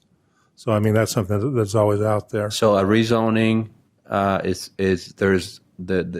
it by code that it's a rezoning, we only have to notice within 300 feet radius? Yeah. Versus why would we have to notice more wider? If we were doing a community plan amendment, we'd notice a further area. Okay. Gotcha. Thank you. Okay. Thank you. I'd just like to share my thoughts on this also. First of all, I appreciate everyone coming tonight, coming a couple weeks ago, reaching out via phone or email. I truly agree with both sides of this issue. I agree that there are people coming, like Councilmember Chaburka said. We live in a great community. People want to move here. People want to live here, and they're coming from other communities they're relocating from other communities to come here, which is great. But it does bring with it its own unique set of problems, problems we didn't face for a long time, and now we're facing those, and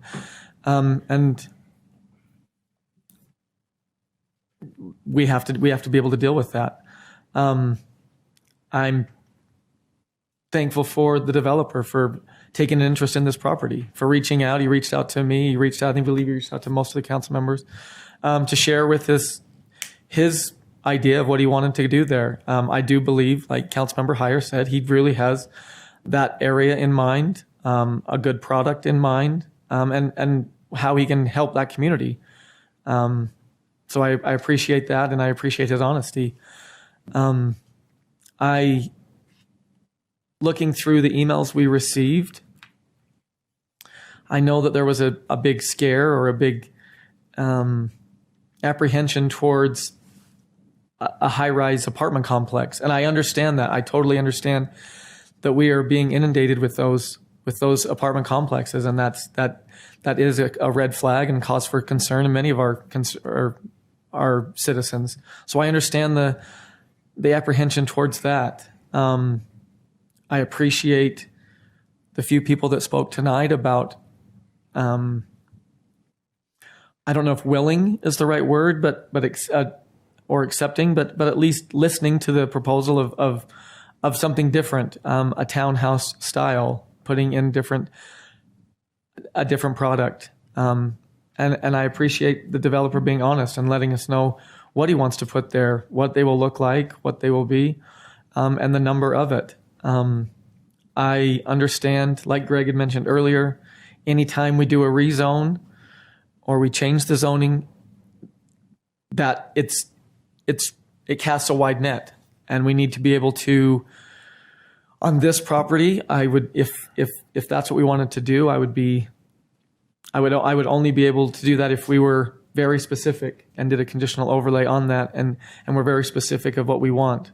Something that would work great for not only this community but also the developer. So I appreciate all the comments that were made. I, like Councilmember Chaburka has said, whether we do this project or not, there are traffic issues in that area, and that needs to be addressed, whether we do this project or not.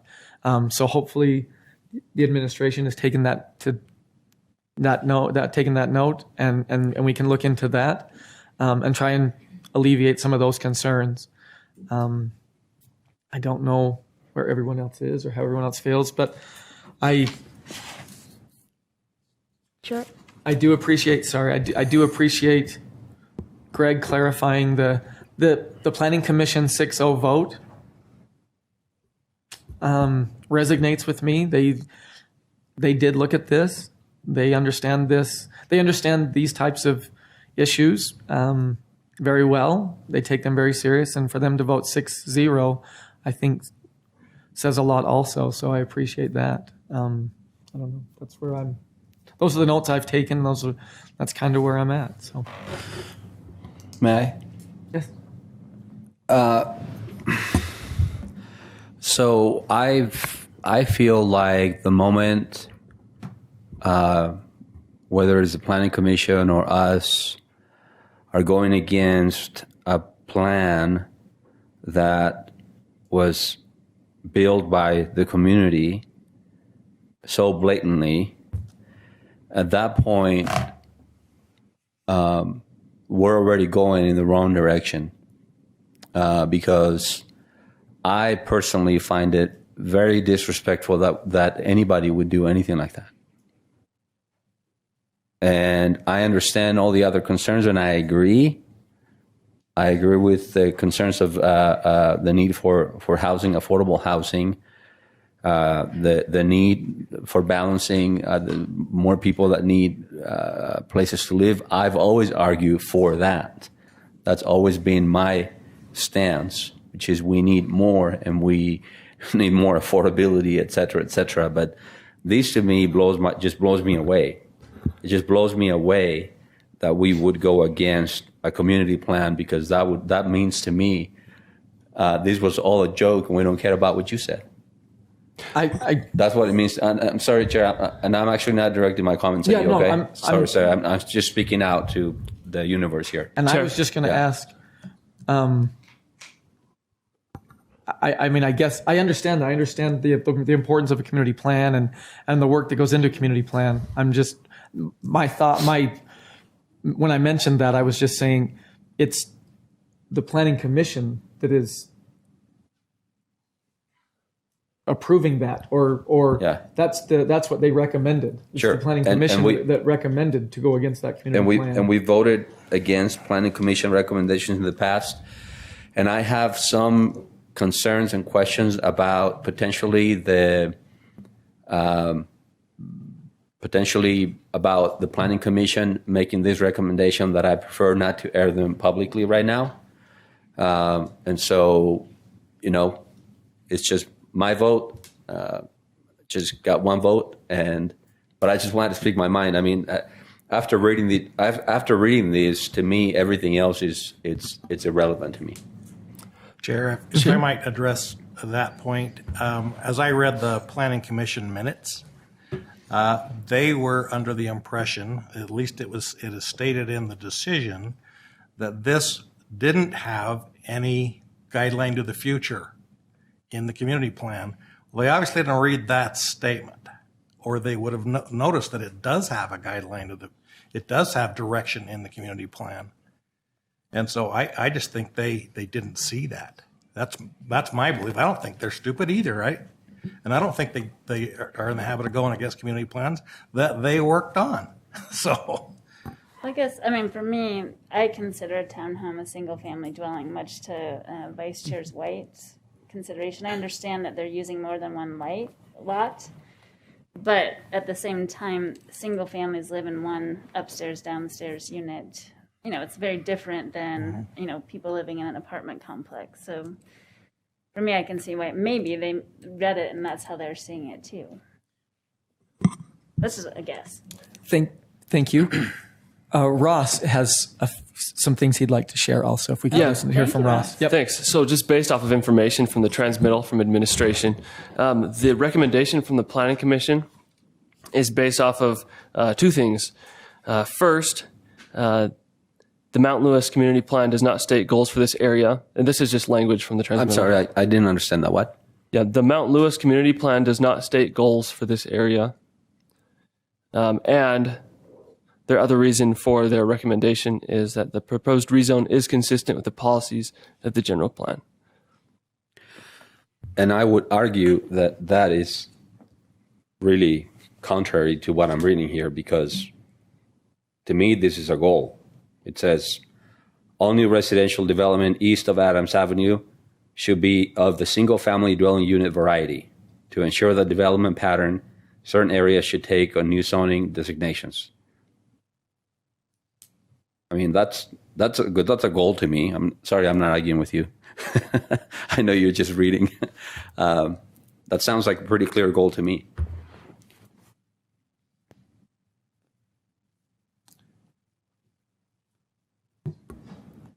Not that I want to argue, but I'm not sure what you can build there.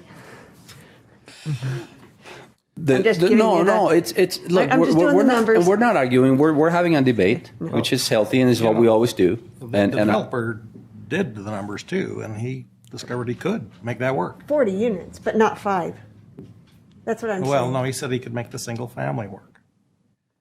He didn't think it was a great idea, but he says he could. That is correct. Yeah. At 900 square feet. Well, he didn't give a square footage. He just said a small home. She's telling you she did. I'm just telling you that I'm. Sure, and that's a good point. And like I said, Councilwoman White,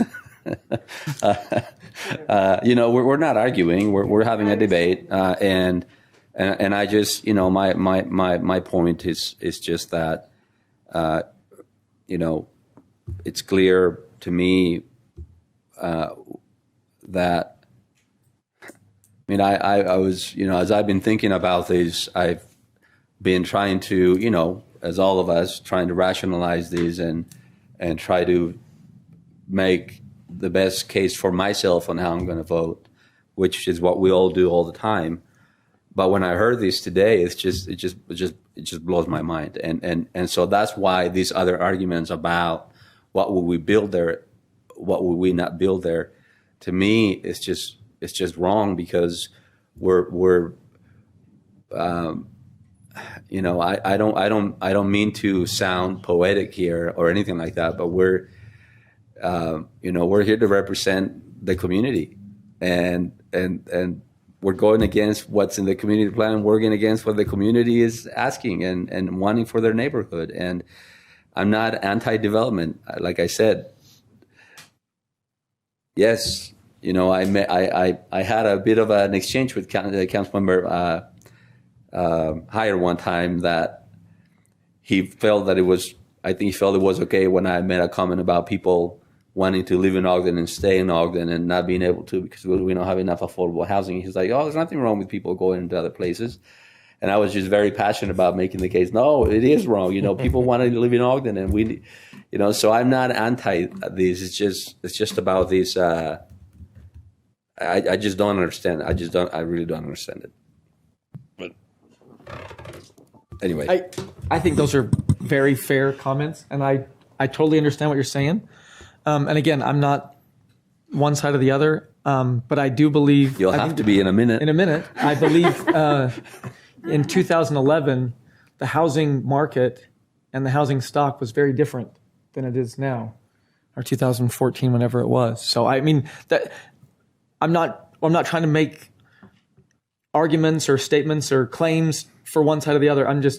These are all points that sure, and that's very valuable. That go into it. That's very valuable. And another point I would like to make could potentially be, why instead of thinking about building lower point homes, could we build higher price point homes? I mean, that's what's happened here in some of the developments that we've been doing. And the argument from our administration has always been that we need that balance of too much affordable housing, and that's why we're bringing that in. The Stonehill, I think, and those homes that are costing more than $400,000 and whatnot.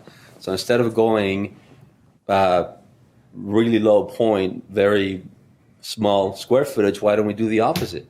What's the difference between doing it over there than what we've done over here, right? So I'm just, again, rhetorical questions, right? Just throwing it out there. And I don't know why I'm so passionate about this issue today. That's okay. But it can be. Yeah. You gotta fight. I hope I haven't offended anyone yet. No. I never feel completely offended by you. Don't worry. Well, thank you. No, that's one good thing about this council. We can disagree and we can still not be disagreeable. We're going to walk out of here friends tonight, no matter what. Even though you can tell there's two different points of view, but I don't think we're changing anybody's mind. We might as well get to the business of deciding this thing. Well, and can I just mention quickly, I'm all in favor of the conditional overlay of some sort and setting some very specific parameters.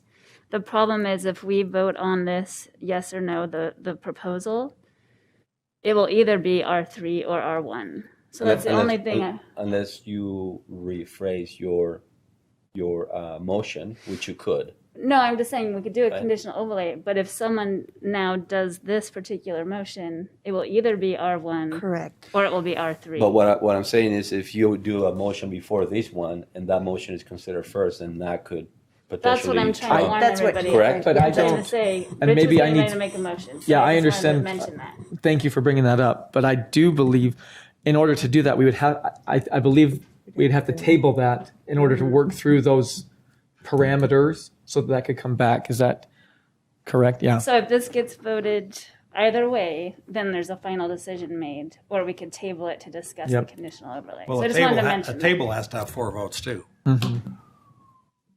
4 votes? Yeah, we'd still have to have. But it's an option. It's an option that motion goes and you have enough votes So to table don't, it. if we don't get the 4 votes to table it, then we will make this decision tonight. Sorry, just clarifying because we've had this little problem before. And I would actually entertain that, Councilwoman. Tabling it. Tabling it. Not. I think my mind is very made up that I probably wouldn't entertain anything other than single family homes. But tabling it, I think, will give us the opportunity to probably discuss that even a little bit more. We could get it would also give you 2 other council council members. Yeah. Correct. That's what I. But. And maybe just to clarify, it would be a motion to extend because staff would need some additional time to come up with, a proposal. So, Chair, I'd like to make a motion to extend the rezone petition with the direction that a conditional overlay be placed on 550 East 900 North. Do I want to do that whole one, or just extend it to discuss it further? Sorry, everyone's looking at me and I'm actually looking at you all. I didn't hear the whole. Well, I started to read the suggested language, but I realized that isn't what we were just talking about. Right. So if you just want to leave a little more open-ended, is that what you're saying? I'll move. Yes. Okay, let me rephrase. I apologize. I move to extend the rezone petition so we can have further discussion. I second. Right? Okay, thank you. We have a motion to extend proposed ordinance 2021-45 by Councilmember Chaburka and a second by Councilmember Lopez. This is a roll call vote. Councilmember Heyer? No. Councilmember Lopez? Aye. Councilmember Chaburka? Aye. Vice Chair White? Aye. Chair Blair? Aye. That passes. So we'll go ahead and extend that. Thank you. I think that'll help with the other council members present as well. I do too. Now, for these people that are here, we need to make sure that they get noticed of the new date with adequate time to prepare with what's being proposed. Hopefully all of you left your address on the sign-in sheet. They probably didn't. And if not, I'm sure they could do it on the way out, right, Chair? Is that I'm how not we sure. do that? Is there one? There's not a sign-in sheet, but so what will happen is next week, at next week's meeting, Ross will present a timetable and a plan, a communications plan. So if everybody wants to listen in, we have a Zoom option on all of our meetings, so you don't have to come down here again. They can listen in and they can hear that. So we can make sure that you get the notice. We have a few of your emails because you have commented, so we can even maybe provide that information through those emails that we received. That'd be great. Is there a table out there we can put some sign-in sheets on? Is that something that could happen before they all leave?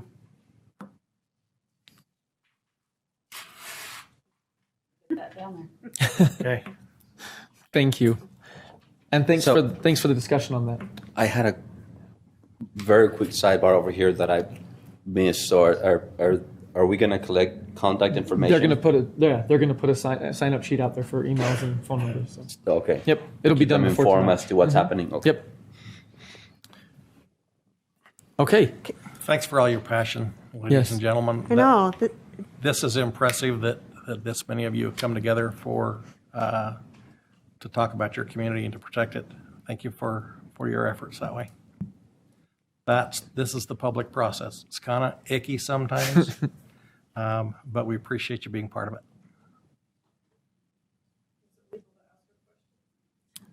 No. Not until Public comments. We'll have public Chair, comments. Could we take 10 and maybe they could ask us outside? Take a 10-minute break. Yeah. We've been here for almost 2.5 hours. I would not argue with that. Okay. We'll take a 10-minute recess.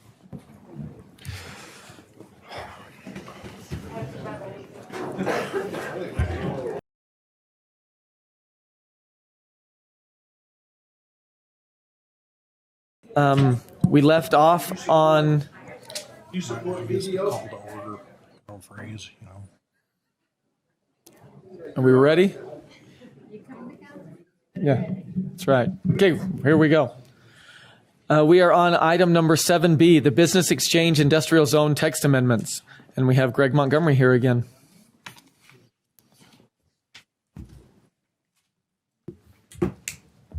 Wait till this to get up so I can operate it.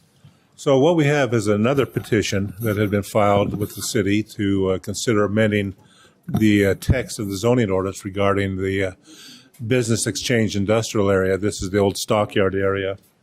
And the petition asks that amendment be made to the text of the ordinance regarding that area so that larger than 50,000 square foot warehousing could be developed in the business exchange area. That is that area, as you see on the air photo on the right, the vacant ground. You see inside Stockman Way, buildings have been constructed, but there are 3 vacant lots that still exist in the business exchange industrial area. And so the request to have a larger warehouse is so that they can develop on the lots 8 and 11. Now, as I mentioned, there's 3 vacant lots. They vary in size from 3 acres to 5 acres. Lot 8 is the largest of the lots, and it abuts the bike park, which is to the north. And then there's a public open access area that gets to the river that is between Lot 8 and 11 and then runs around the north side of Lot 11. These are the old loading ramps that are now a kind of a feature for that open space that separates the business area from the bike park. When the zone is created, it was looking to create light industrial research, manufacturing, development areas. And the regulations were put in place to limit the size of warehousing and distribution in order that not become the main use, so that job creation through manufacturing would be the main function of that zone.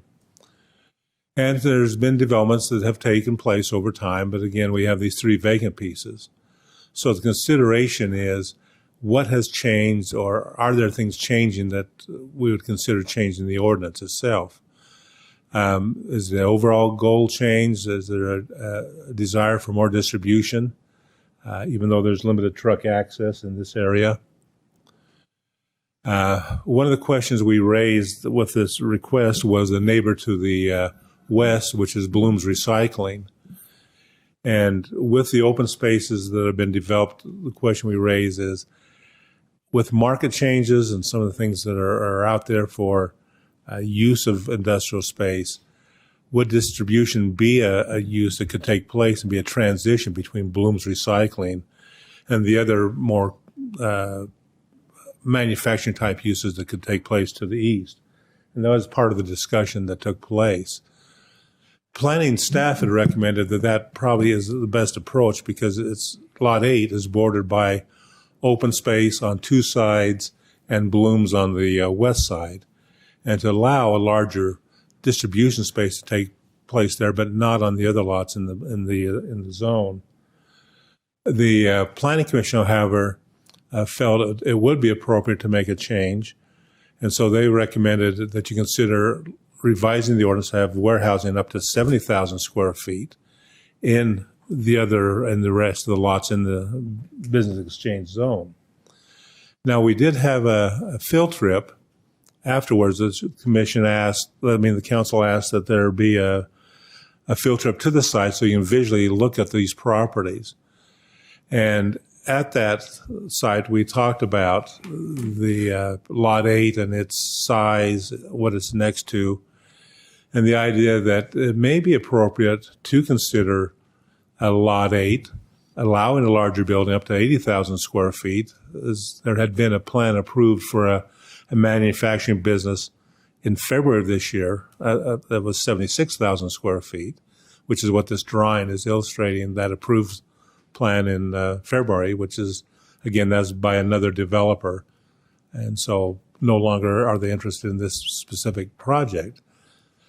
But that if certain criteria were established, it may be appropriate, such as loading docks facing only west, meaning facing the Bloom's property, creating a 50-foot buffer from the bike park to the building, and then looking at that 80,000 square foot as a possibility. So with that discussion, one of the things we pointed out in the work session today is if you choose to go that way rather than the Planning Commission's recommendation to you, or even what staff had recommended earlier, and want to look at these things, you would need to continue this meeting because it had not been noticed to increase. You can always decrease what an ordinance is talking about, but you can't increase without renoticing it. So that's kind of your options you have tonight, either to take the Planning Commission recommendation and consider that, or staff's recommendation earlier, or as this compromise has been looked at, to table it to allow the ordinances to be amended to include these type of standards into it.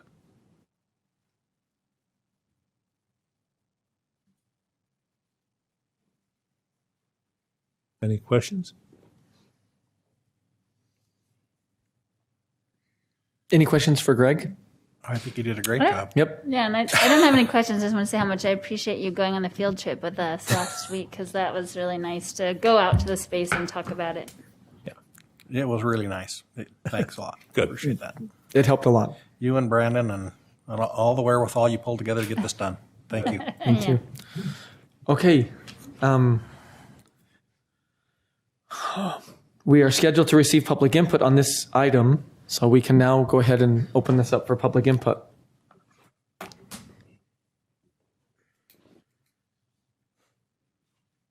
Like Councilmember Heyer said, come on up. We're not that scary. Yeah, we're not that scary. If there's someone online. There, yeah, we can't see any. Okay. Any comments from council members? Yeah, Chair, I think, we talked a little bit about this in the work session, as well as, although we didn't make any decisions on the field trip, we did kind of feel like maybe there was a workable solution if we allowed the petitioner to have the 80,000 square foot on Lot 8 only, keeping all the trucking on the west, as was explained, and a green buffer on the north of 50 feet, parking on the east. The thing that was, the city has put a lot of money to developing the business exchange area, including an expensive water line out there, and it was just not cheap. And the idea is that we would get jobs out of that.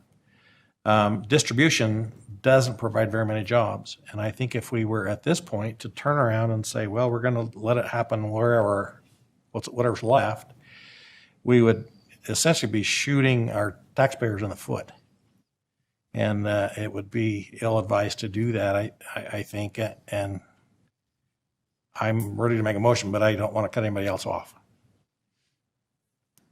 I think, going out there and actually seeing the space and everything and understanding that we could help to create some kind of buffer between the track line and the beautiful new River Parkway walk and all of that, and where all the truck traffic will be. And so I think that would be appropriate to do as well. I agree. I thought it was great to go out there and really examine Lot 8. Lot 11, I'm not quite sure about the changes applying to that also, but yeah, I thought taking the field trip, looking at the site, seeing what we could do out there to mitigate some of the bufferings and the traffic flows, was beneficial for me. So, you ready for a motion? Just real quick question. Yeah, go ahead. Do we have to define that we only want truck traffic on the west side, or is that something that would be our direction on the table? Okay. Yeah. On the table. Just correct? for the table, so that staff knows what to do with the time. Is that okay? You all good? Okay.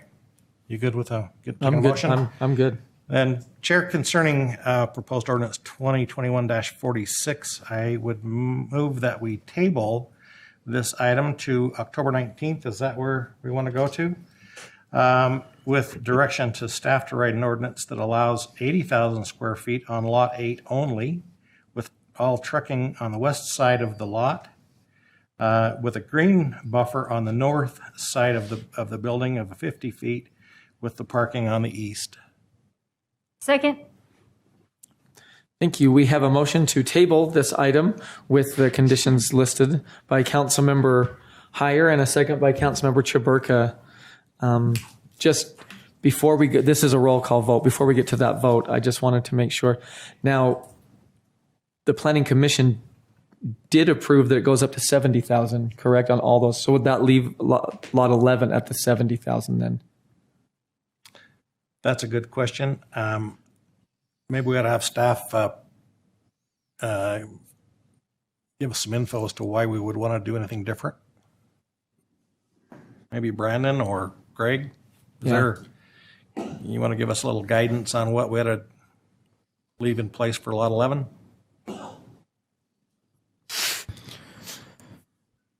They're both pointing at each other. Well, I think with lot 11, I think the recommendation to go to the 80,000 would say, and lot 8 would be saying, okay, that is all we're doing for distribution. We leave lot 11 under the present ordinance at 50,000 square feet. Yep, that's make that part of my motion. Okay.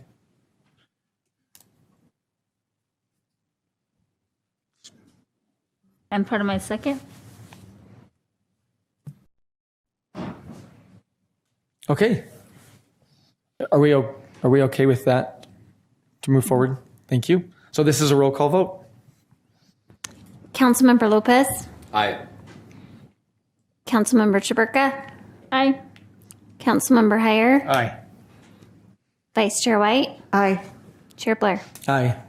That passes, or that has been tabled till October 19th. Thank you. And next is the conditional use permit amendment, and we have Barton Brierly here. Good evening, Chair Blair and City Councilors. So this is a hearing to consider an amendment to the zoning ordinance regarding how we process conditional use permits. So the overall goal, if we look at our strategic goals, one of the goal strategies is to create the most inviting, responsive local government in the state by continuing to promote a business-friendly environment and by reducing bureaucracy and revising unnecessary regulations for development. And so to achieve that goal, we've found a way that we think is potentially a unnecessary regulation and try to streamline the process to allow businesses to grow and small development to occur without unnecessary regulations. So in the current code, once you have a conditional use, and if you want to amend that conditional use, all those any extension, any increase in intensity has to go back to the Planning Commission. So if the Planning Commission has already approved it and they want to change the siding, it's got to go back to the Planning Commission for review again. And you can see how those sorts of things can cause a lot of delay and additional bureaucracy. So the proposal would be to allow minor amendments of an approved conditional use permit to be reviewed at staff level. And of course, what is a minor amendment? And the place we see this most often is with cell towers. Cell technology changes rapidly, carriers change. We have seen just dozens and dozens of applications for the carriers to change the antennas or add a backup generator or add some different equipment to an existing tower. And so these all go back to the Planning Commission, and we just write dozens and dozens of these staff reports that just get approved by the Planning Commission. So what we propose is that we define a minor amendment as any change to one of these facilities that does not change the outside dimensions of the tower or increase the footprint of the facility on the ground. Those could be approved at staff level. Anything that expanded that would go back to the Planning Commission. I mentioned siding. This is an application that the Planning Commission reviewed a couple months ago where they had an existing group dwelling, and since group dwelling's conditional use permit, they wanted to change the siding on it, and that was changing the conditional use permit and had to go back to the Planning Commission. We'd recommend that a minor exterior change like this could be done and reviewed at staff level. A change to a different conditional use within the same category that doesn't result in any new or increased detrimental effects. So I use the example here of changing from a go-kart track to a miniature golf facility would actually probably be reducing the impacts, and so that could be done without going back to the Planning Commission. That could be done at staff level. Small additions where you're expanding by not more than 2,000 square feet or 10% of the originally approved floor area, that could be reviewed at staff level. And modifications to parking lots that don't add more than 2,000 square feet of impervious surface. So looking at this, the Planning Commission recommended approval and staff recommends adoption of the amendment. And that concludes our staff report. Sure, I have one question about this. I'm totally supportive, and I also am wondering, so then would I not be getting all those notifications about the cell tower changes in my mail? That's correct, yes. Nice, yeah, because that is a lot of paper. It I is. understand there's a lot of them that happen all the time. Yes, it is a lot of Yeah, it is. It's a lot of staff process. Yeah, it's huge. Okay. Just a real quick question. When they do a permit like that, do they have to pay a fee? Yes, they do. And they would still have to pay the fee? Yes. Regardless. Okay. Thanks, Barton. Thank you. Okay, we will now receive public input on this item. Anyone who wishes to speak on this item, please come forward. Or any online.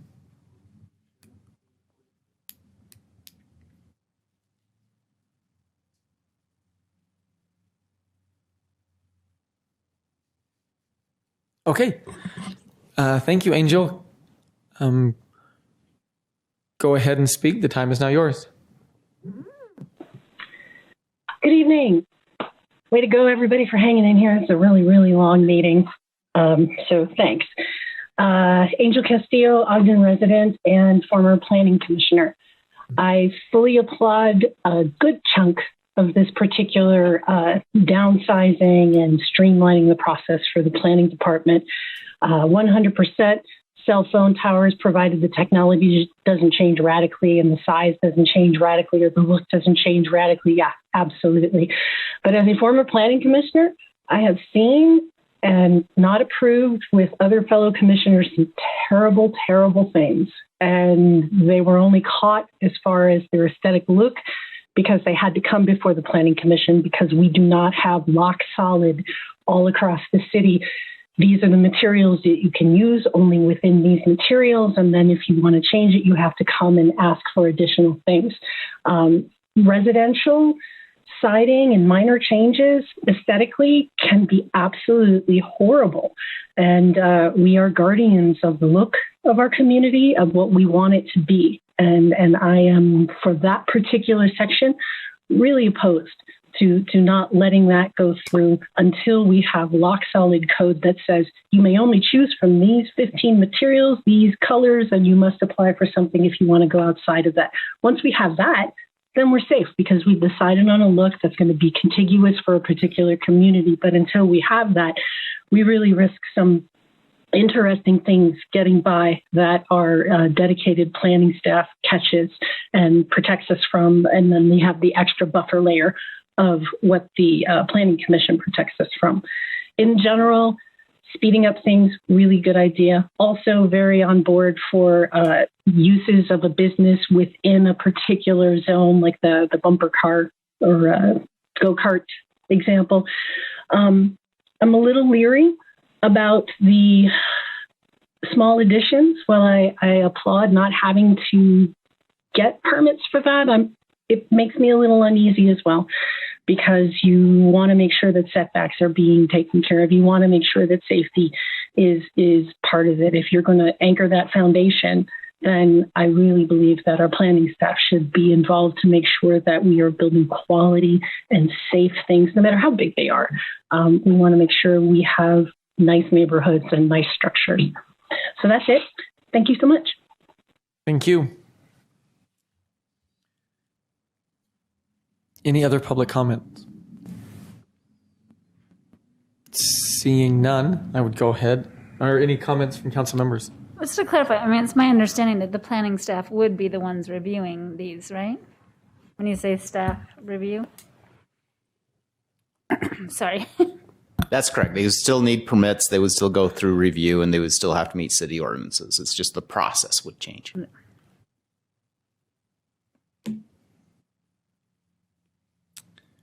I got to admit, I agree with Angel on the, as a planning commissioner for a long time, they often asked me to make design decisions, and I'm not. There was a couple of commissioners that were, but certainly wasn't the majority. But staff does get the context of this stuff. I'm a lot happier with staff doing it than requiring some unelected volunteer officials, even though they are, very skilled in what they do. That's just a hard thing, and I think that this is appropriate. Okay. If there's no further comments, I would go ahead and entertain a motion. Chair, I'll make a motion then that we adopt ordinance 2021-47. I second. Thank you. We have a motion by Councilmember Heyer to adopt proposed ordinance 2021-47 with a second by Councilmember Lopez. This is a roll call vote. Councilmember Chaburka? Aye. Councilmember Heyer? Aye. Councilmember Lopez? Aye. Vice Chair White? Aye. Chair Blair? Aye, that passes. Thank you.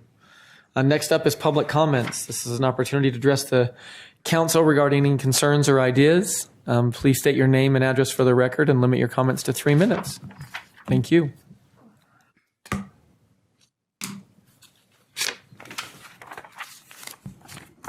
Hello, Kerry Wayne. My address is 309 South, 1200 West. I believe you might remember me from 4 years ago when I came here while you were trying to stomp the life out of the Nature Center to put in a commercial development. We now have, along 1200 West, warehouses that we were not told about. We have deep concern. If you go up on the next floor, look out, you'll see how tall those warehouses are. And they're less than 4 car lengths from the homes along 1200 West. I'm really excited to be here because of the fact you're talking about community planning, and you're also I'm showing a great deal of compassion for Ogden City homeowners. We have gotten nothing out of Ogden City on this. Mayor Van Leeuwen wrote a letter to Ogden City asking for certain things to be addressed. That has yet to be answered in 7 months. We were told, Ms. Montgomery invited us to a public hearing after construction had started, and we were told that there would be no overnight construction. It took 4 weeks for the mayor to give a noise waiver. 2 o'clock in the morning, right across from our homes, we have to put up with this. What we're asking here is that Ogden City engage with the homeowners along 1200 West, that you show some compassion of some sort, that you work on giving us answers concerning noise, concerning lighting, concerning litter, concerning the pollution that's on the site still. This needs to be taken care of. Like I said, when I was here before, I gave you a DVD of Fern Gully, basically talking about a bunch of evil individuals trying to destroy a woodland paradise. Evidently, you didn't watch it. So I'm asking you, maybe A Wonderful Life might be a next choice in a movie. It's about a gentleman named George Bailey who goes up against an evil banker who wants to destroy the town that he's in and suppress the people who live in it. What we're asking for is that you treat us like good neighbors and do something about what's going on over there. We just got notification that you're tearing down the fence. We've got people coming off of the site onto 1200 West. They finally put up a barrier so they won't. But again, you have not done anything to talk with us or to treat us like human beings. And it's about time you do so. You might want to put a, like say, a historical marker like we have on our side, on all 4 sides of the BDO, so that they can understand what you're doing over there. Again, you need to treat us like human beings, and you need to act like good neighbors. Thank you. Thank you. My name's Mark, at 499 South, 1200 West. First of all, my grandpa's house is on the Nature Center. That's my grandpa's house. He built it. Ogden City came out and took that away from him many years ago. I'm just glad that Marriott Slaterville City became a city so you guys couldn't come out no farther, because you don't give a tinker's damn about us out there. You give about these people in here, but not out there. How many field trips have you taken out there to see what's going on? People are working out there 24/7 at night. My grandkids, I can't sleep. It's a joke what's going on out there. The buildings, you won't even be able to see the sun until 11 o'clock during the day. I don't think you guys really care because you don't know what's going on. The mayor, you guys don't, none of you. All you guys see that big dollar signs up, BDO. That's all you see.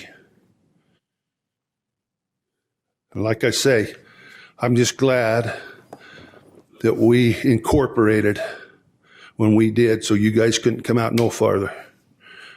Because you guys, like I say, I grew up on that area, and don't think of the traffic when they were talking about the traffic out here, okay? Because now we're gonna have semis 24/7 with their Jake brakes on and everything else going in and out of there. And we got some other big construction going on out there. So you guys don't care about the traffic. When I was growing up, I've grown up here my whole life. I lived out in the country. I used to ride horses on Washington Boulevard. I used to ride bicycles everywhere in Ogden City. You can't do none of that no more. That's the traffic. You're not going to stop the traffic, so you might as well deal with that when people bring up the traffic situation. live with it, because you guys want all these people to come into Ogden City. The more the better. That's what Ogden City wants.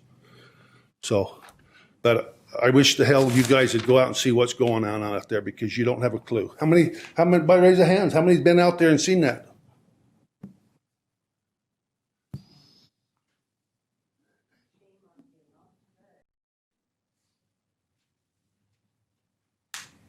My name is Lori Slater-Jones, and I live on 3 South, 1200 West. I saw a few hands go up as you said that you'd had a field trip out there. I wonder how many of you came and stood in our homes, looked out the window, and imagined a 45-foot wall. That's what you get to look at every morning. Not the sun, just a shadowed 45-foot concrete wall. I've heard a lot today about planning, about inclusion, about recognition. There was excellent planning. October is Community Planning Month. What did you do in planning to make sure that we would maintain the services and the simple luxuries that we have? We have lost our internet service, the entire street. Every satellite tower is blocked by a 45-foot concrete wall. I'm a full-time teleworker. I am the primary income for my family. That I can't do my job.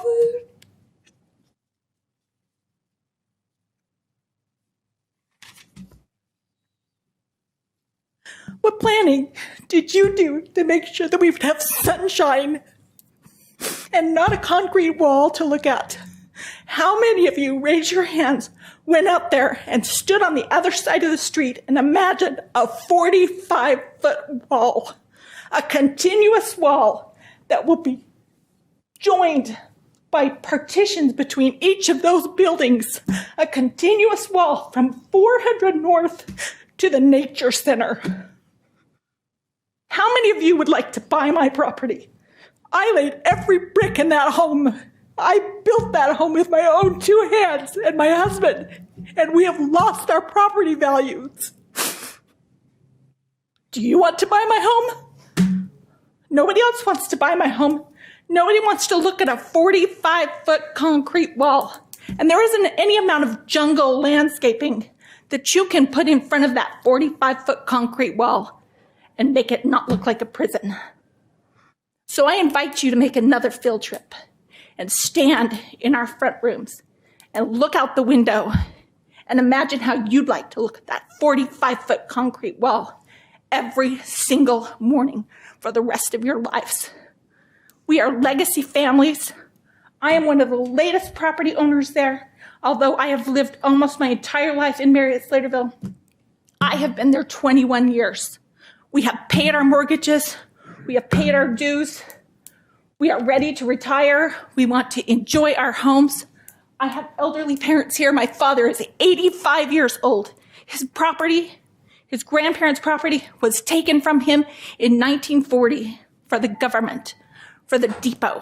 And now, what did we get? A 45-foot concrete wall in our front yard. Thank you, Ogden City. Thank you, Boyer. And I'll let you know when I need my mortgage paid because I can't do my job. Thank you.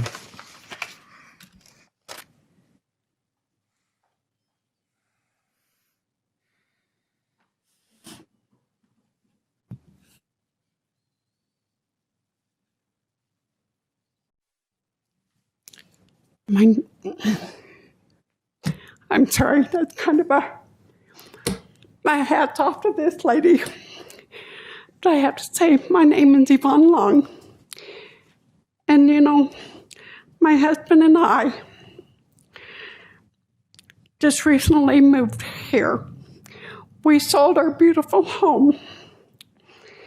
And what took us several months to find us a home that we could call our own. It was a little piece of heaven to us, till we realized that what was happening across the street. And these walls that they're building, these huge cement walls, and we look out the window and wonder what in the world happened here. Where did we get this from? Who done what?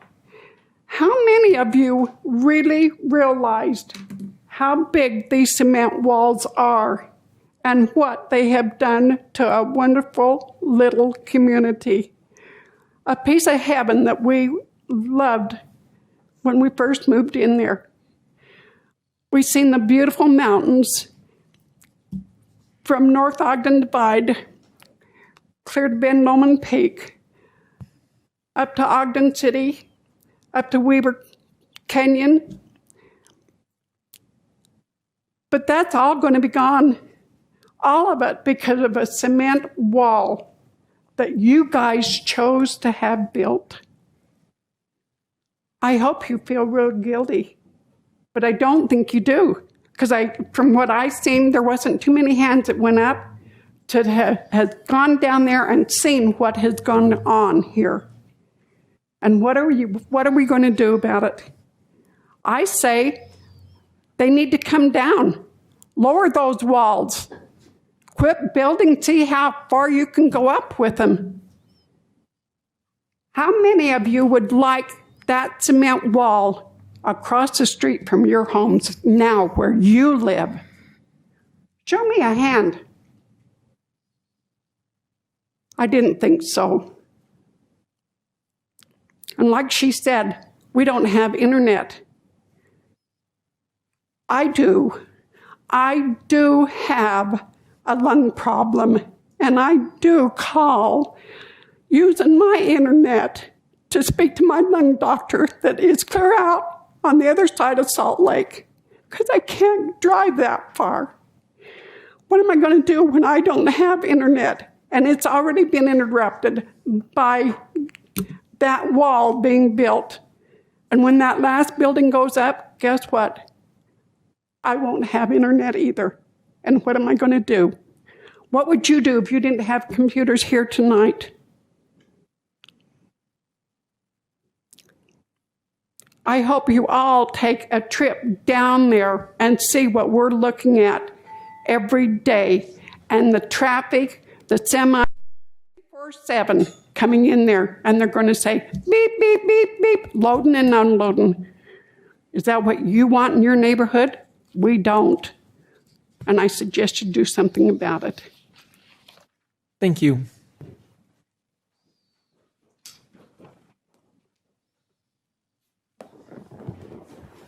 My name's Janet Meyerhofer, and I live at 357 South, 1200 West.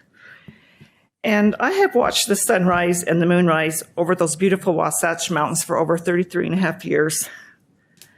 And to realize it's going away is devastating to me. I'm constantly looking at the mountains now and soaking in their beauty before I will be staring at those big concrete buildings, because the last one's going up in front of my house.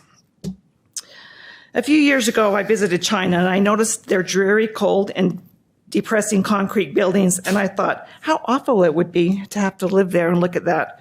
And now that's my reality. I love to see the stars and the heavenly events because I love all that stuff. But the light pollution from BDO, it just kills those views. And I'll miss seeing the little family of herd of deers across the street in the field that I always enjoyed. And the constant beeping of the trucks and loading and unloading of those docks is going to be a nuisance and a noise pollution. And the construction all summer long has been horrible. You can't even sleep at night. The value of our home is lost. Even if we wanted to move, we couldn't afford to buy any other place because the market's so high. And who wants our home anyway? Nobody wants to look at that. Our lives and quality of our lives will never be the same. It's depressing, it's heartbreaking, and it's anxiety-ridden. We're mourning the loss of our quality of life in our little community, which was named and settled by my husband's great-great-grandpa. Put yourself in our shoes. What if this was your house? What if this was what you had to look at every day? All we're doing is asking you to respect our peace and rights as homeowners. Thank you for your time. Thank you.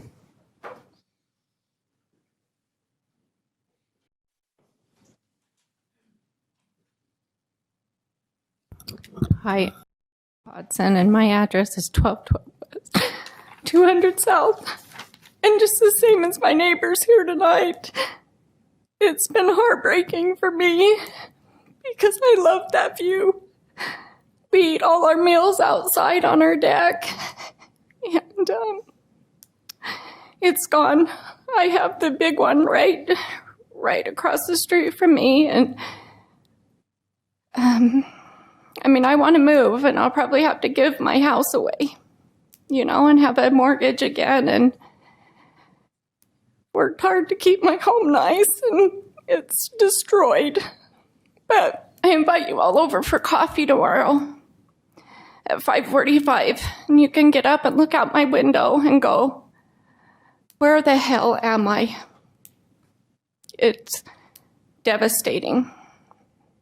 But I would like to know where the planning was last October, and when these buildings were going to go up. We were never contacted. Construction was already underway when there was the Zoom meeting, and I would like to know where the planning was for our community. We're not Ogden City, but we shop in Ogden City. We live in Ogden City. You benefit from us, Ogden City does, and there was no planning or no consideration for any of us and our rights as homeowners.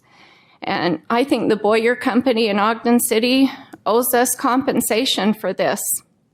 You should not just be able to put this up across the street from our homes without compensating us in some way. If someone was taking your property and putting a road in, you would be compensated for that.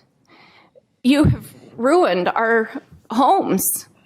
It's dark until 11 o'clock, shaded completely. In the wintertime, when the storms come and stuff, that road is going to be nothing but a sheet of ice. I live on a corner. Somebody's going to turn and slide right into my house.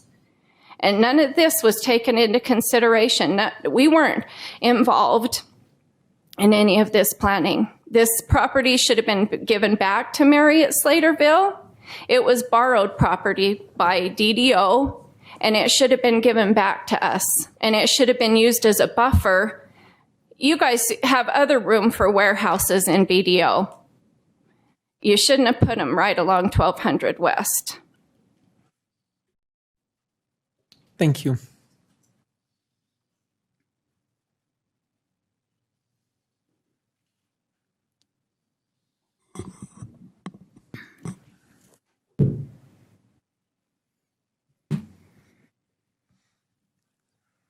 My name's Shelley Kautzman. I live at 335 South, 1200 West. Marriott, Slaterville, Utah. Greatest city ever. Used to think it was Ogden. Told everybody I lived in Ogden. So proud of Ogden. Supported Ogden my whole life. Lived here my whole life in Ogden. Moved to Marriott, Slaterville 40 years ago with my husband and 2 little girls. You know what now we get to look at? I'm not as lucky. I don't get a 45-foot wall. I get a 55-foot wall. That's what's going up in front of my house. Congratulations, guys. We're really proud of you. We're really thankful for your planning commission. They've done a great job. I don't know who they talked to, who they planned for, or what they planned for, but they certainly didn't plan for a bright future. In fact, it's pretty sad, and I'm pretty ashamed to tell anybody anymore I'm from Ogden. I'm really ashamed. I'm ashamed of every one of you. I'm ashamed of you, Mr. Caldwell, Mayor. I'm ashamed of every single one of you guys that you would do this or you would treat people this way. Treat anybody, because I wouldn't treat a dog like that. I wouldn't kick them while they were down, and I wouldn't certainly put them in a metal cage or a cement cage in our case. I'm not asking you for compensation. You can't compensate me for the mountains. You can't compensate me for the beautiful sunshine. You can't even compensate me for the internet, because it wouldn't make any difference. What you guys have done have broken the spirits of my neighbors, my family, my friends. And I am ashamed of every single one of you, and I'm very proud to say that. And I think that you guys all owe us that trip. I'd welcome you at my house for coffee in the morning, tea, a soda, whatever you want. Come and take a view, see what we put up with. The garbage that blows across that, I pick up every single morning, 4:30 in the morning, I'm out there walking. I should have brought you a couple bags.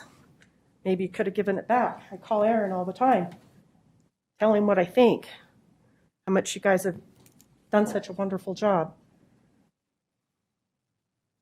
Come out and visit, come out and take a look, and see what your wonderful planning commission has done to human life.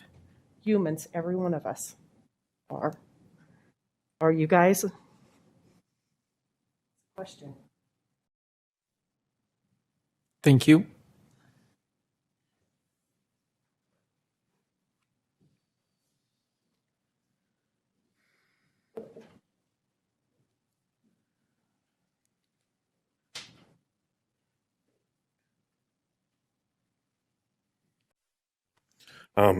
I am Jake Moss. I'm at 1271 West, 200 South. There's some great frustration, as you guys have, heard from my neighbors tonight. Matter of fact, the buildings are there. What's the plan now? How can these issues be addressed? Several people have mentioned noise, lighting. Down towards 400, they've started painting the buildings white. Okay, well, Marriott Slaterville has a dark sky ordinance. Ogden City does not. So we've got this white building now, and if they put security lighting or whatnot on that building, that's going to reflect that white and make that light cast into our homes even more. So now, from dealing with truck noise, construction noise, and now we're going to have daylight all night long. So, that's a consideration. What about the internet for neighbors, that don't have it? I'm lucky enough that on my street we have Comcast. I have Comcast. That's not available to these people on 1200 West. It's just not. So, and then what about the security? We're bringing truck traffic in. We've had a fence for a while that could kind of mitigate who's coming into our neighborhoods, but that fence is going to be gone now. How can we make sure that our property is protected, that our families are protected with that? We'd like to work together. We'd like to, we feel like Ogden City's a big brother, but it feels like Ogden City's giving us a black eye and says, well, deal with it. So, thank you. Thank you.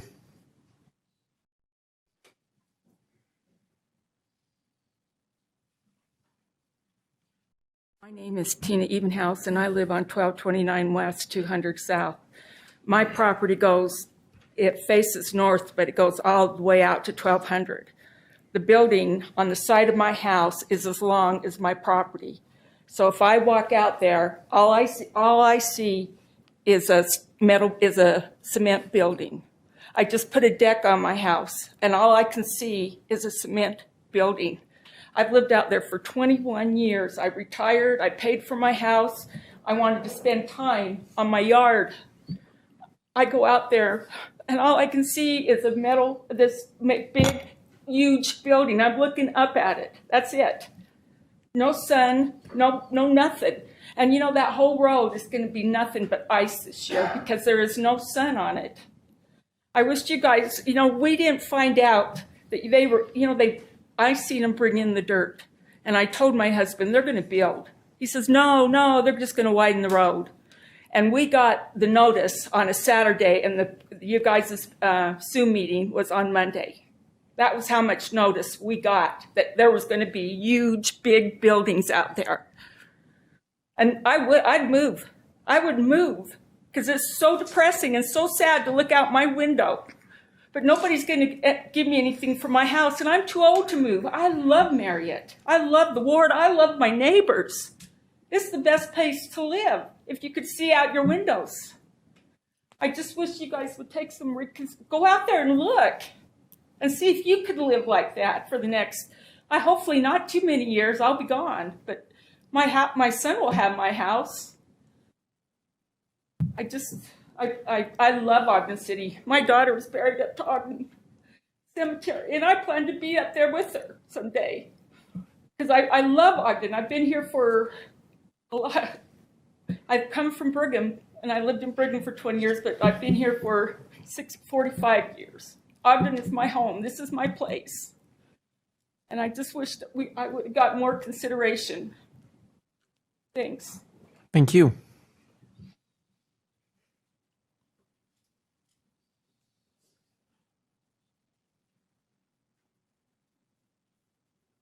We do have two hands on Zoom. Do you want to go ahead and speak? Looks like Heath Sato has his hand raised, so we'll go ahead and let him speak now. Go ahead, Heath. The time is yours.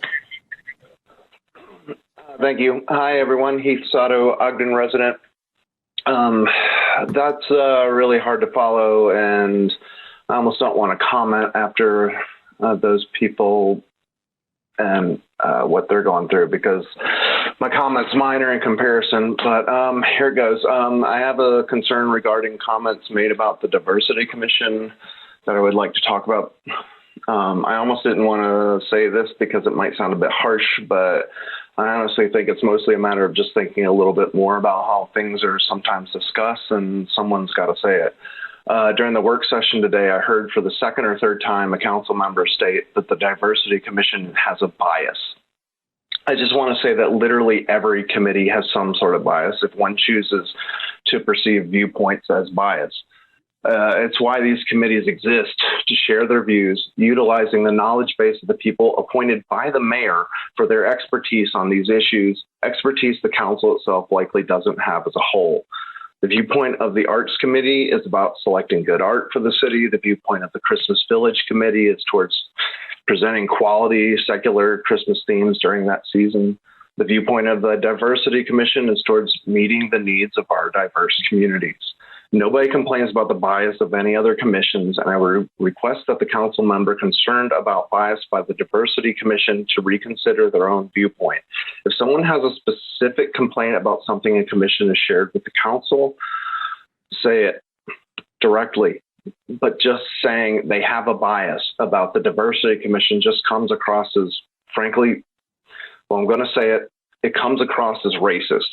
I know that isn't the intent, but it's just not cool. Complaining about a viewpoint as bias is not helpful or respectful to that commission. We need to let commissions do the jobs that we have tasked them with doing, respect their conclusions, and discuss those conclusions. If someone feels the commission is not doing their job properly, they need to address that issue directly and not just complain about some perceived bias every time the commission is mentioned as a way to dismiss the views they share with the council. Thank you. Thank you. There's one other hand raised. Oh, two other. So we'll go ahead and allow Angel Castilla the time. Go ahead, Angel. The time is yours. Thank you, Chair. Angel Castillo, Ogden resident. I need to be 100% clear that views I'm going to express right now are mine as a citizen alone and not reflective of any board or state committee that I sit on, and just as a resident. I really want to emphasize that what the task the council has before them with redistricting is very, very serious. And some things that I heard bounce around in the work session are a little challenging, and I don't believe that they're going to adequately represent the citizens of Ogden. I'm specifically talking about the consideration of rezoning east to west and incorporating East Bench into East Central. I had a really good conversation today for about 20 minutes with Brian Cowley from the Weber County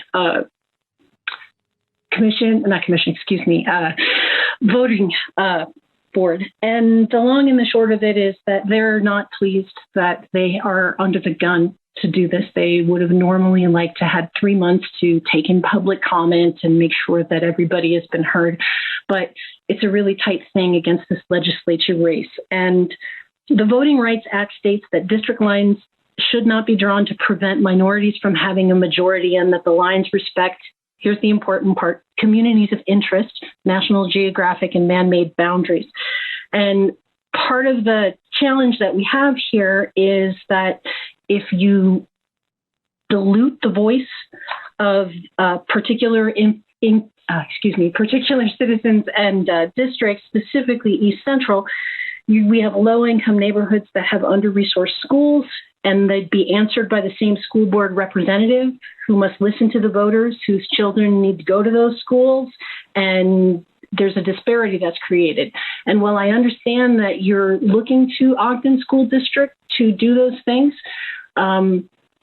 you have the ultimate authority, and that also plays into the precinct districts that you're voting. If you're going to bring East Bench into East Central, we have socioeconomic groups that are going to have diluted representation by more powerful voices in a blended and rich and poor district. It's really important you consider that. And again, while I am not speaking officially, you will be contacted by the NAACP in Ogden, as well as other groups that are champions for our BIPOC communities.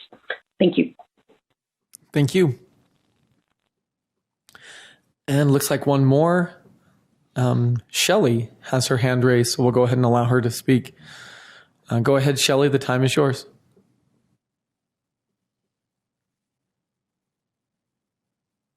Excuse me, I was muted. Thank you. I'm Shelley Moss. I live at 1271 West, 200 South, down by the BDO and the buildings that are going up. And I just had a question addressed to the council as far as, is there a plan? Is this the first time you're hearing of the concerns of the citizens across from these buildings as far as icy roads and security and noise and lighting and internet? So is there a plan to address these concerns? Or now having heard them, will there be a plan to address these concerns from Ogden City? Is that all your comments, Shelley? Yes, that's just a question that I had. Okay, we'll go ahead and take those and then try to answer them when we're all after public comments over. Thank you. Okay. Thank you.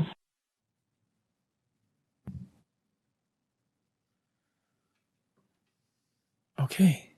Any other comments from anyone here in the chambers? Thank you all. If not, we'll go ahead and move to comments from the administration.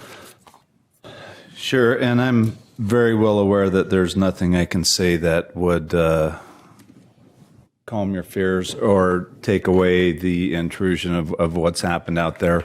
There's not a person on the dais right now that was here when these contracts were agreed to and signed upon. I can assure you that our legal department and our planning department have held Boyer accountable to the agreements that were signed 22 plus years ago. And I just, my heart breaks, and I wish I had more information and felt like I could come in and give you a glimmer of hope. What they're doing right now has been overly reviewed and compared to the contract. And I just don't know that there's a legal position for us to come in and do anything at this point. My heart breaks for you all. I'd be more than happy to come out. I'm out there at least once a month and looking at that, and would be more than happy to have you yell at me, tell me what a bad decision that was all those years ago or anything else. And I will certainly take the brunt of that, but they have lived up to their contract and the negotiated deal that was set up a long time ago. And I my heart does break for everybody. I don't have anything else I can really or should add to that other than my heart does break, and I feel for y'all, and I'd be more than happy if you want to send invites to my office to come out and to talk to you about that. I don't know that there's a whole lot of compensation or anything else that can come out of the city for agreements that were set up that long ago, but I just know that I do feel for every one of you. We've listened to you. We care about our neighbors. We've done that a lot. We've sent equipment and services and everything else when our neighbors have needed it. We continue to make that promise, and we're. Hey. So I'll leave it at that. Thank you very much. Okay. Comments from council members.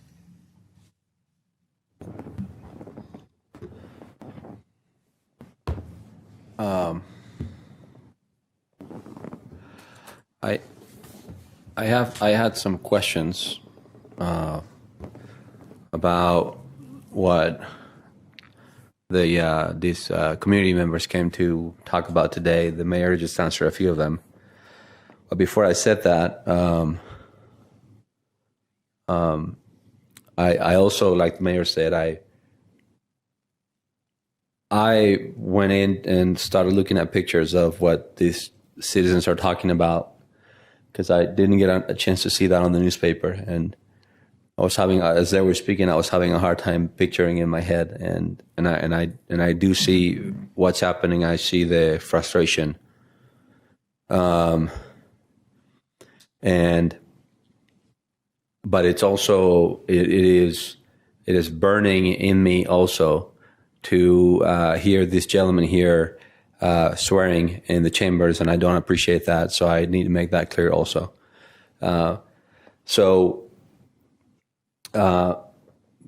Mayor, I hear what you mentioned, and I understand the contractual agreements and all of that. And I know that from that point, from that perspective, that there's not much we could do or the city could do. I have no knowledge of course, about what those legal documents say, etc.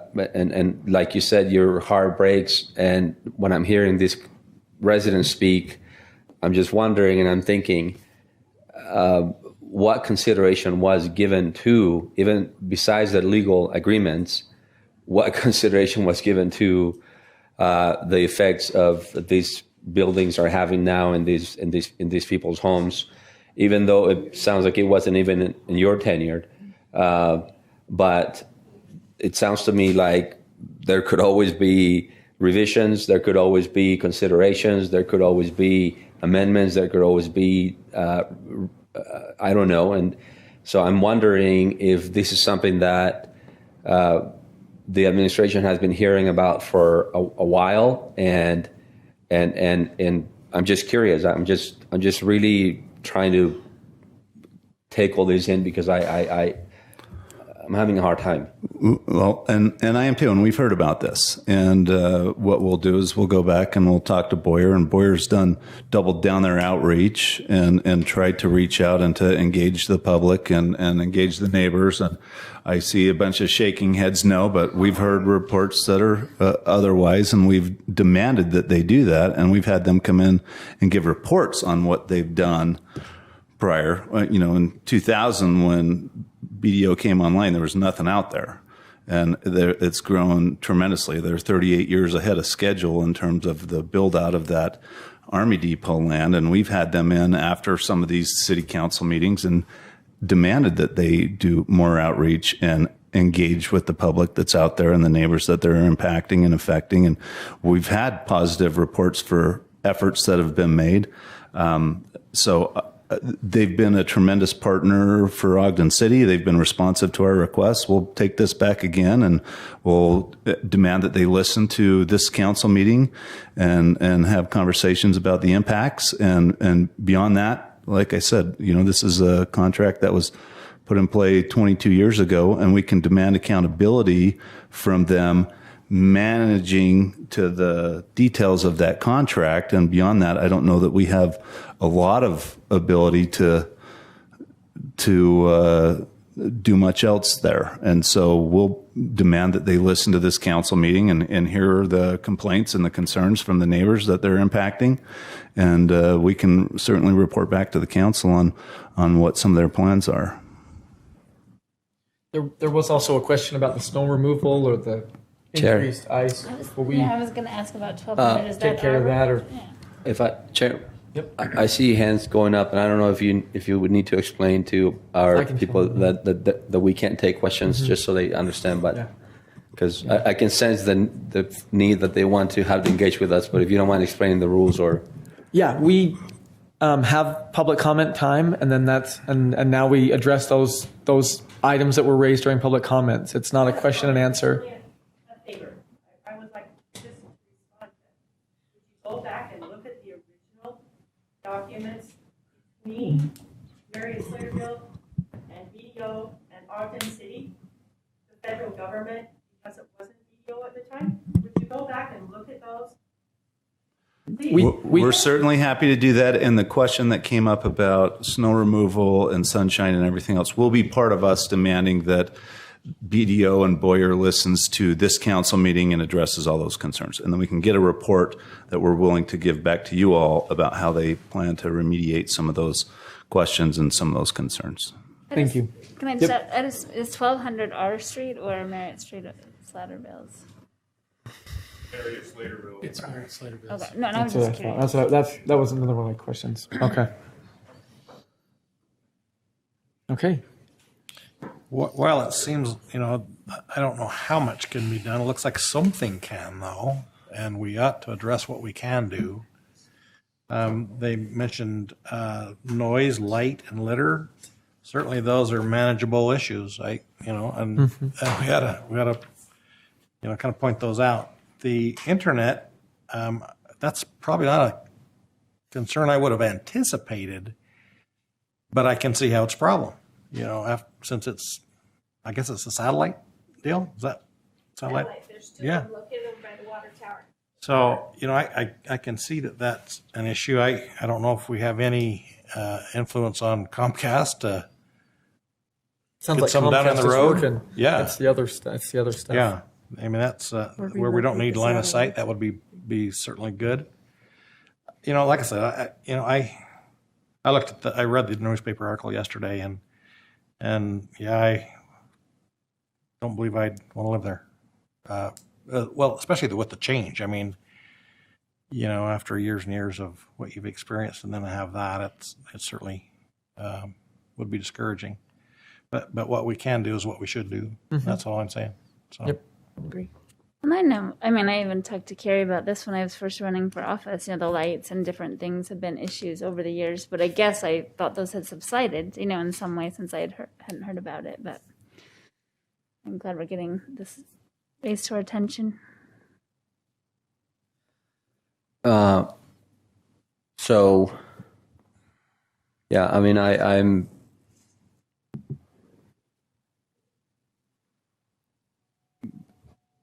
Councilmember Hyde, when you say you wouldn't want to live there, right? I mean, I can see where these citizens are coming from.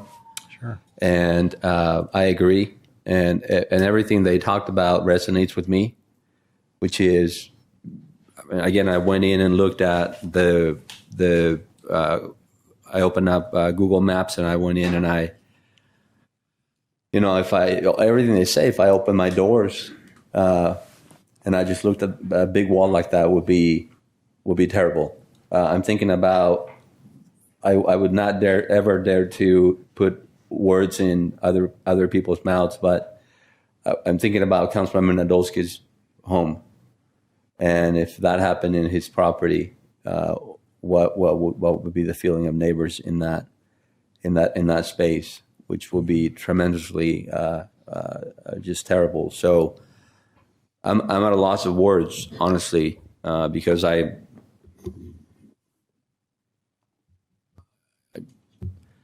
it feels like mitigating the concerns with internet and noise and things like that is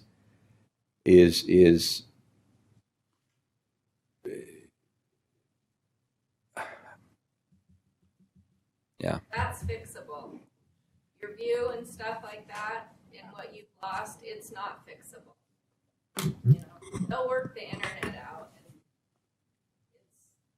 Yeah. So It's more than that. Thank you. So I'll just say what I'll say with kindness and love. Again, I just seen in the years that I've been here a similar pattern to what I'm hearing from these residents, which is somewhat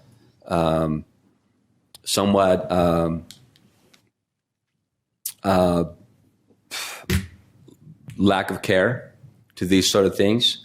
It happened. It also happened when there was an attempt to take over the land of the nature center a few years back, and the council wasn't in the know about it.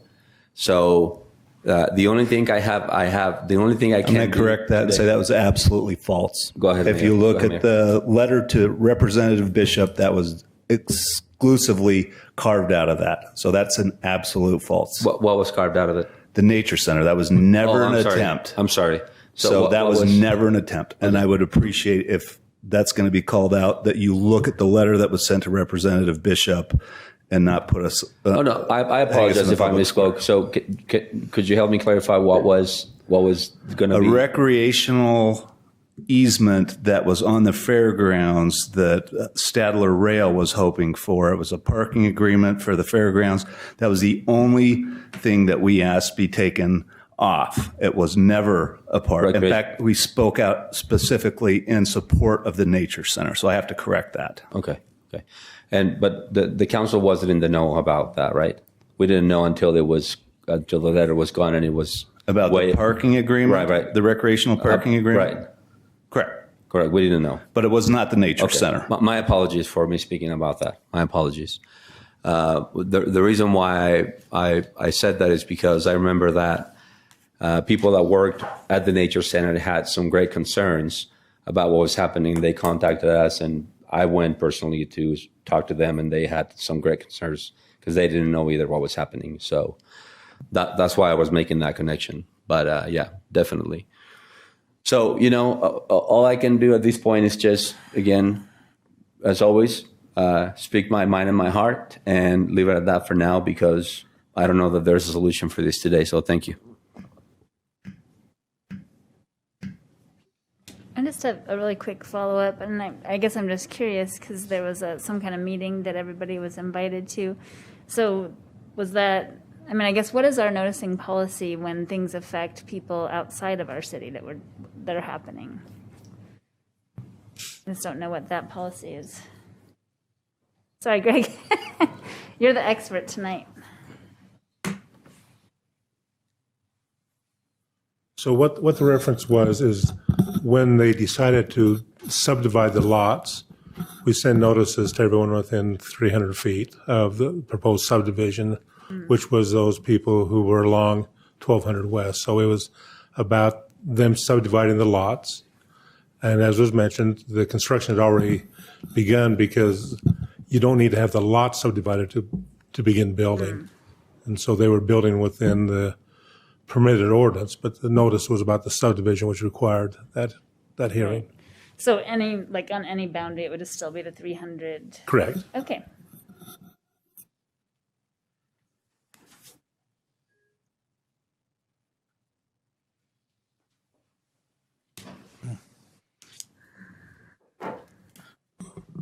Any other comments from council members? I don't have a comment about this, but I do want to follow up by saying and comment about the comment that Angel made.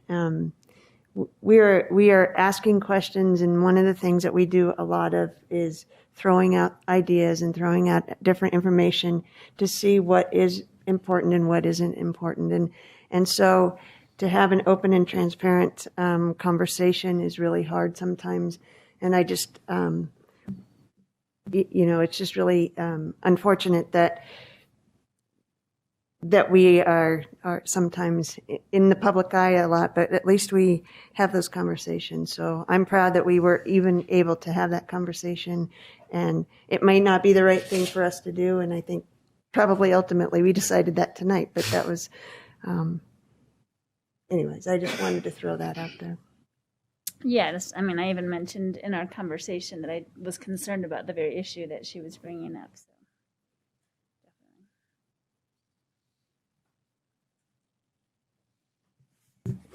Okay, if there's no other comments, we do have another meeting after this, so I would entertain a motion. Chair, I would make a motion then that we adjourn into a closed executive session for one of the 7 items listed. Second. Thank you. We have a motion to adjourn into a closed executive session by Councilmember Heyer and a second by Councilmember Chaburka. This is a roll call vote. Councilmember Heyer. Aye. Councilmember Lopez. Aye. Councilmember Chaburka. Aye. Vice Chair White. Aye. Chair Blair. Aye. Thank you.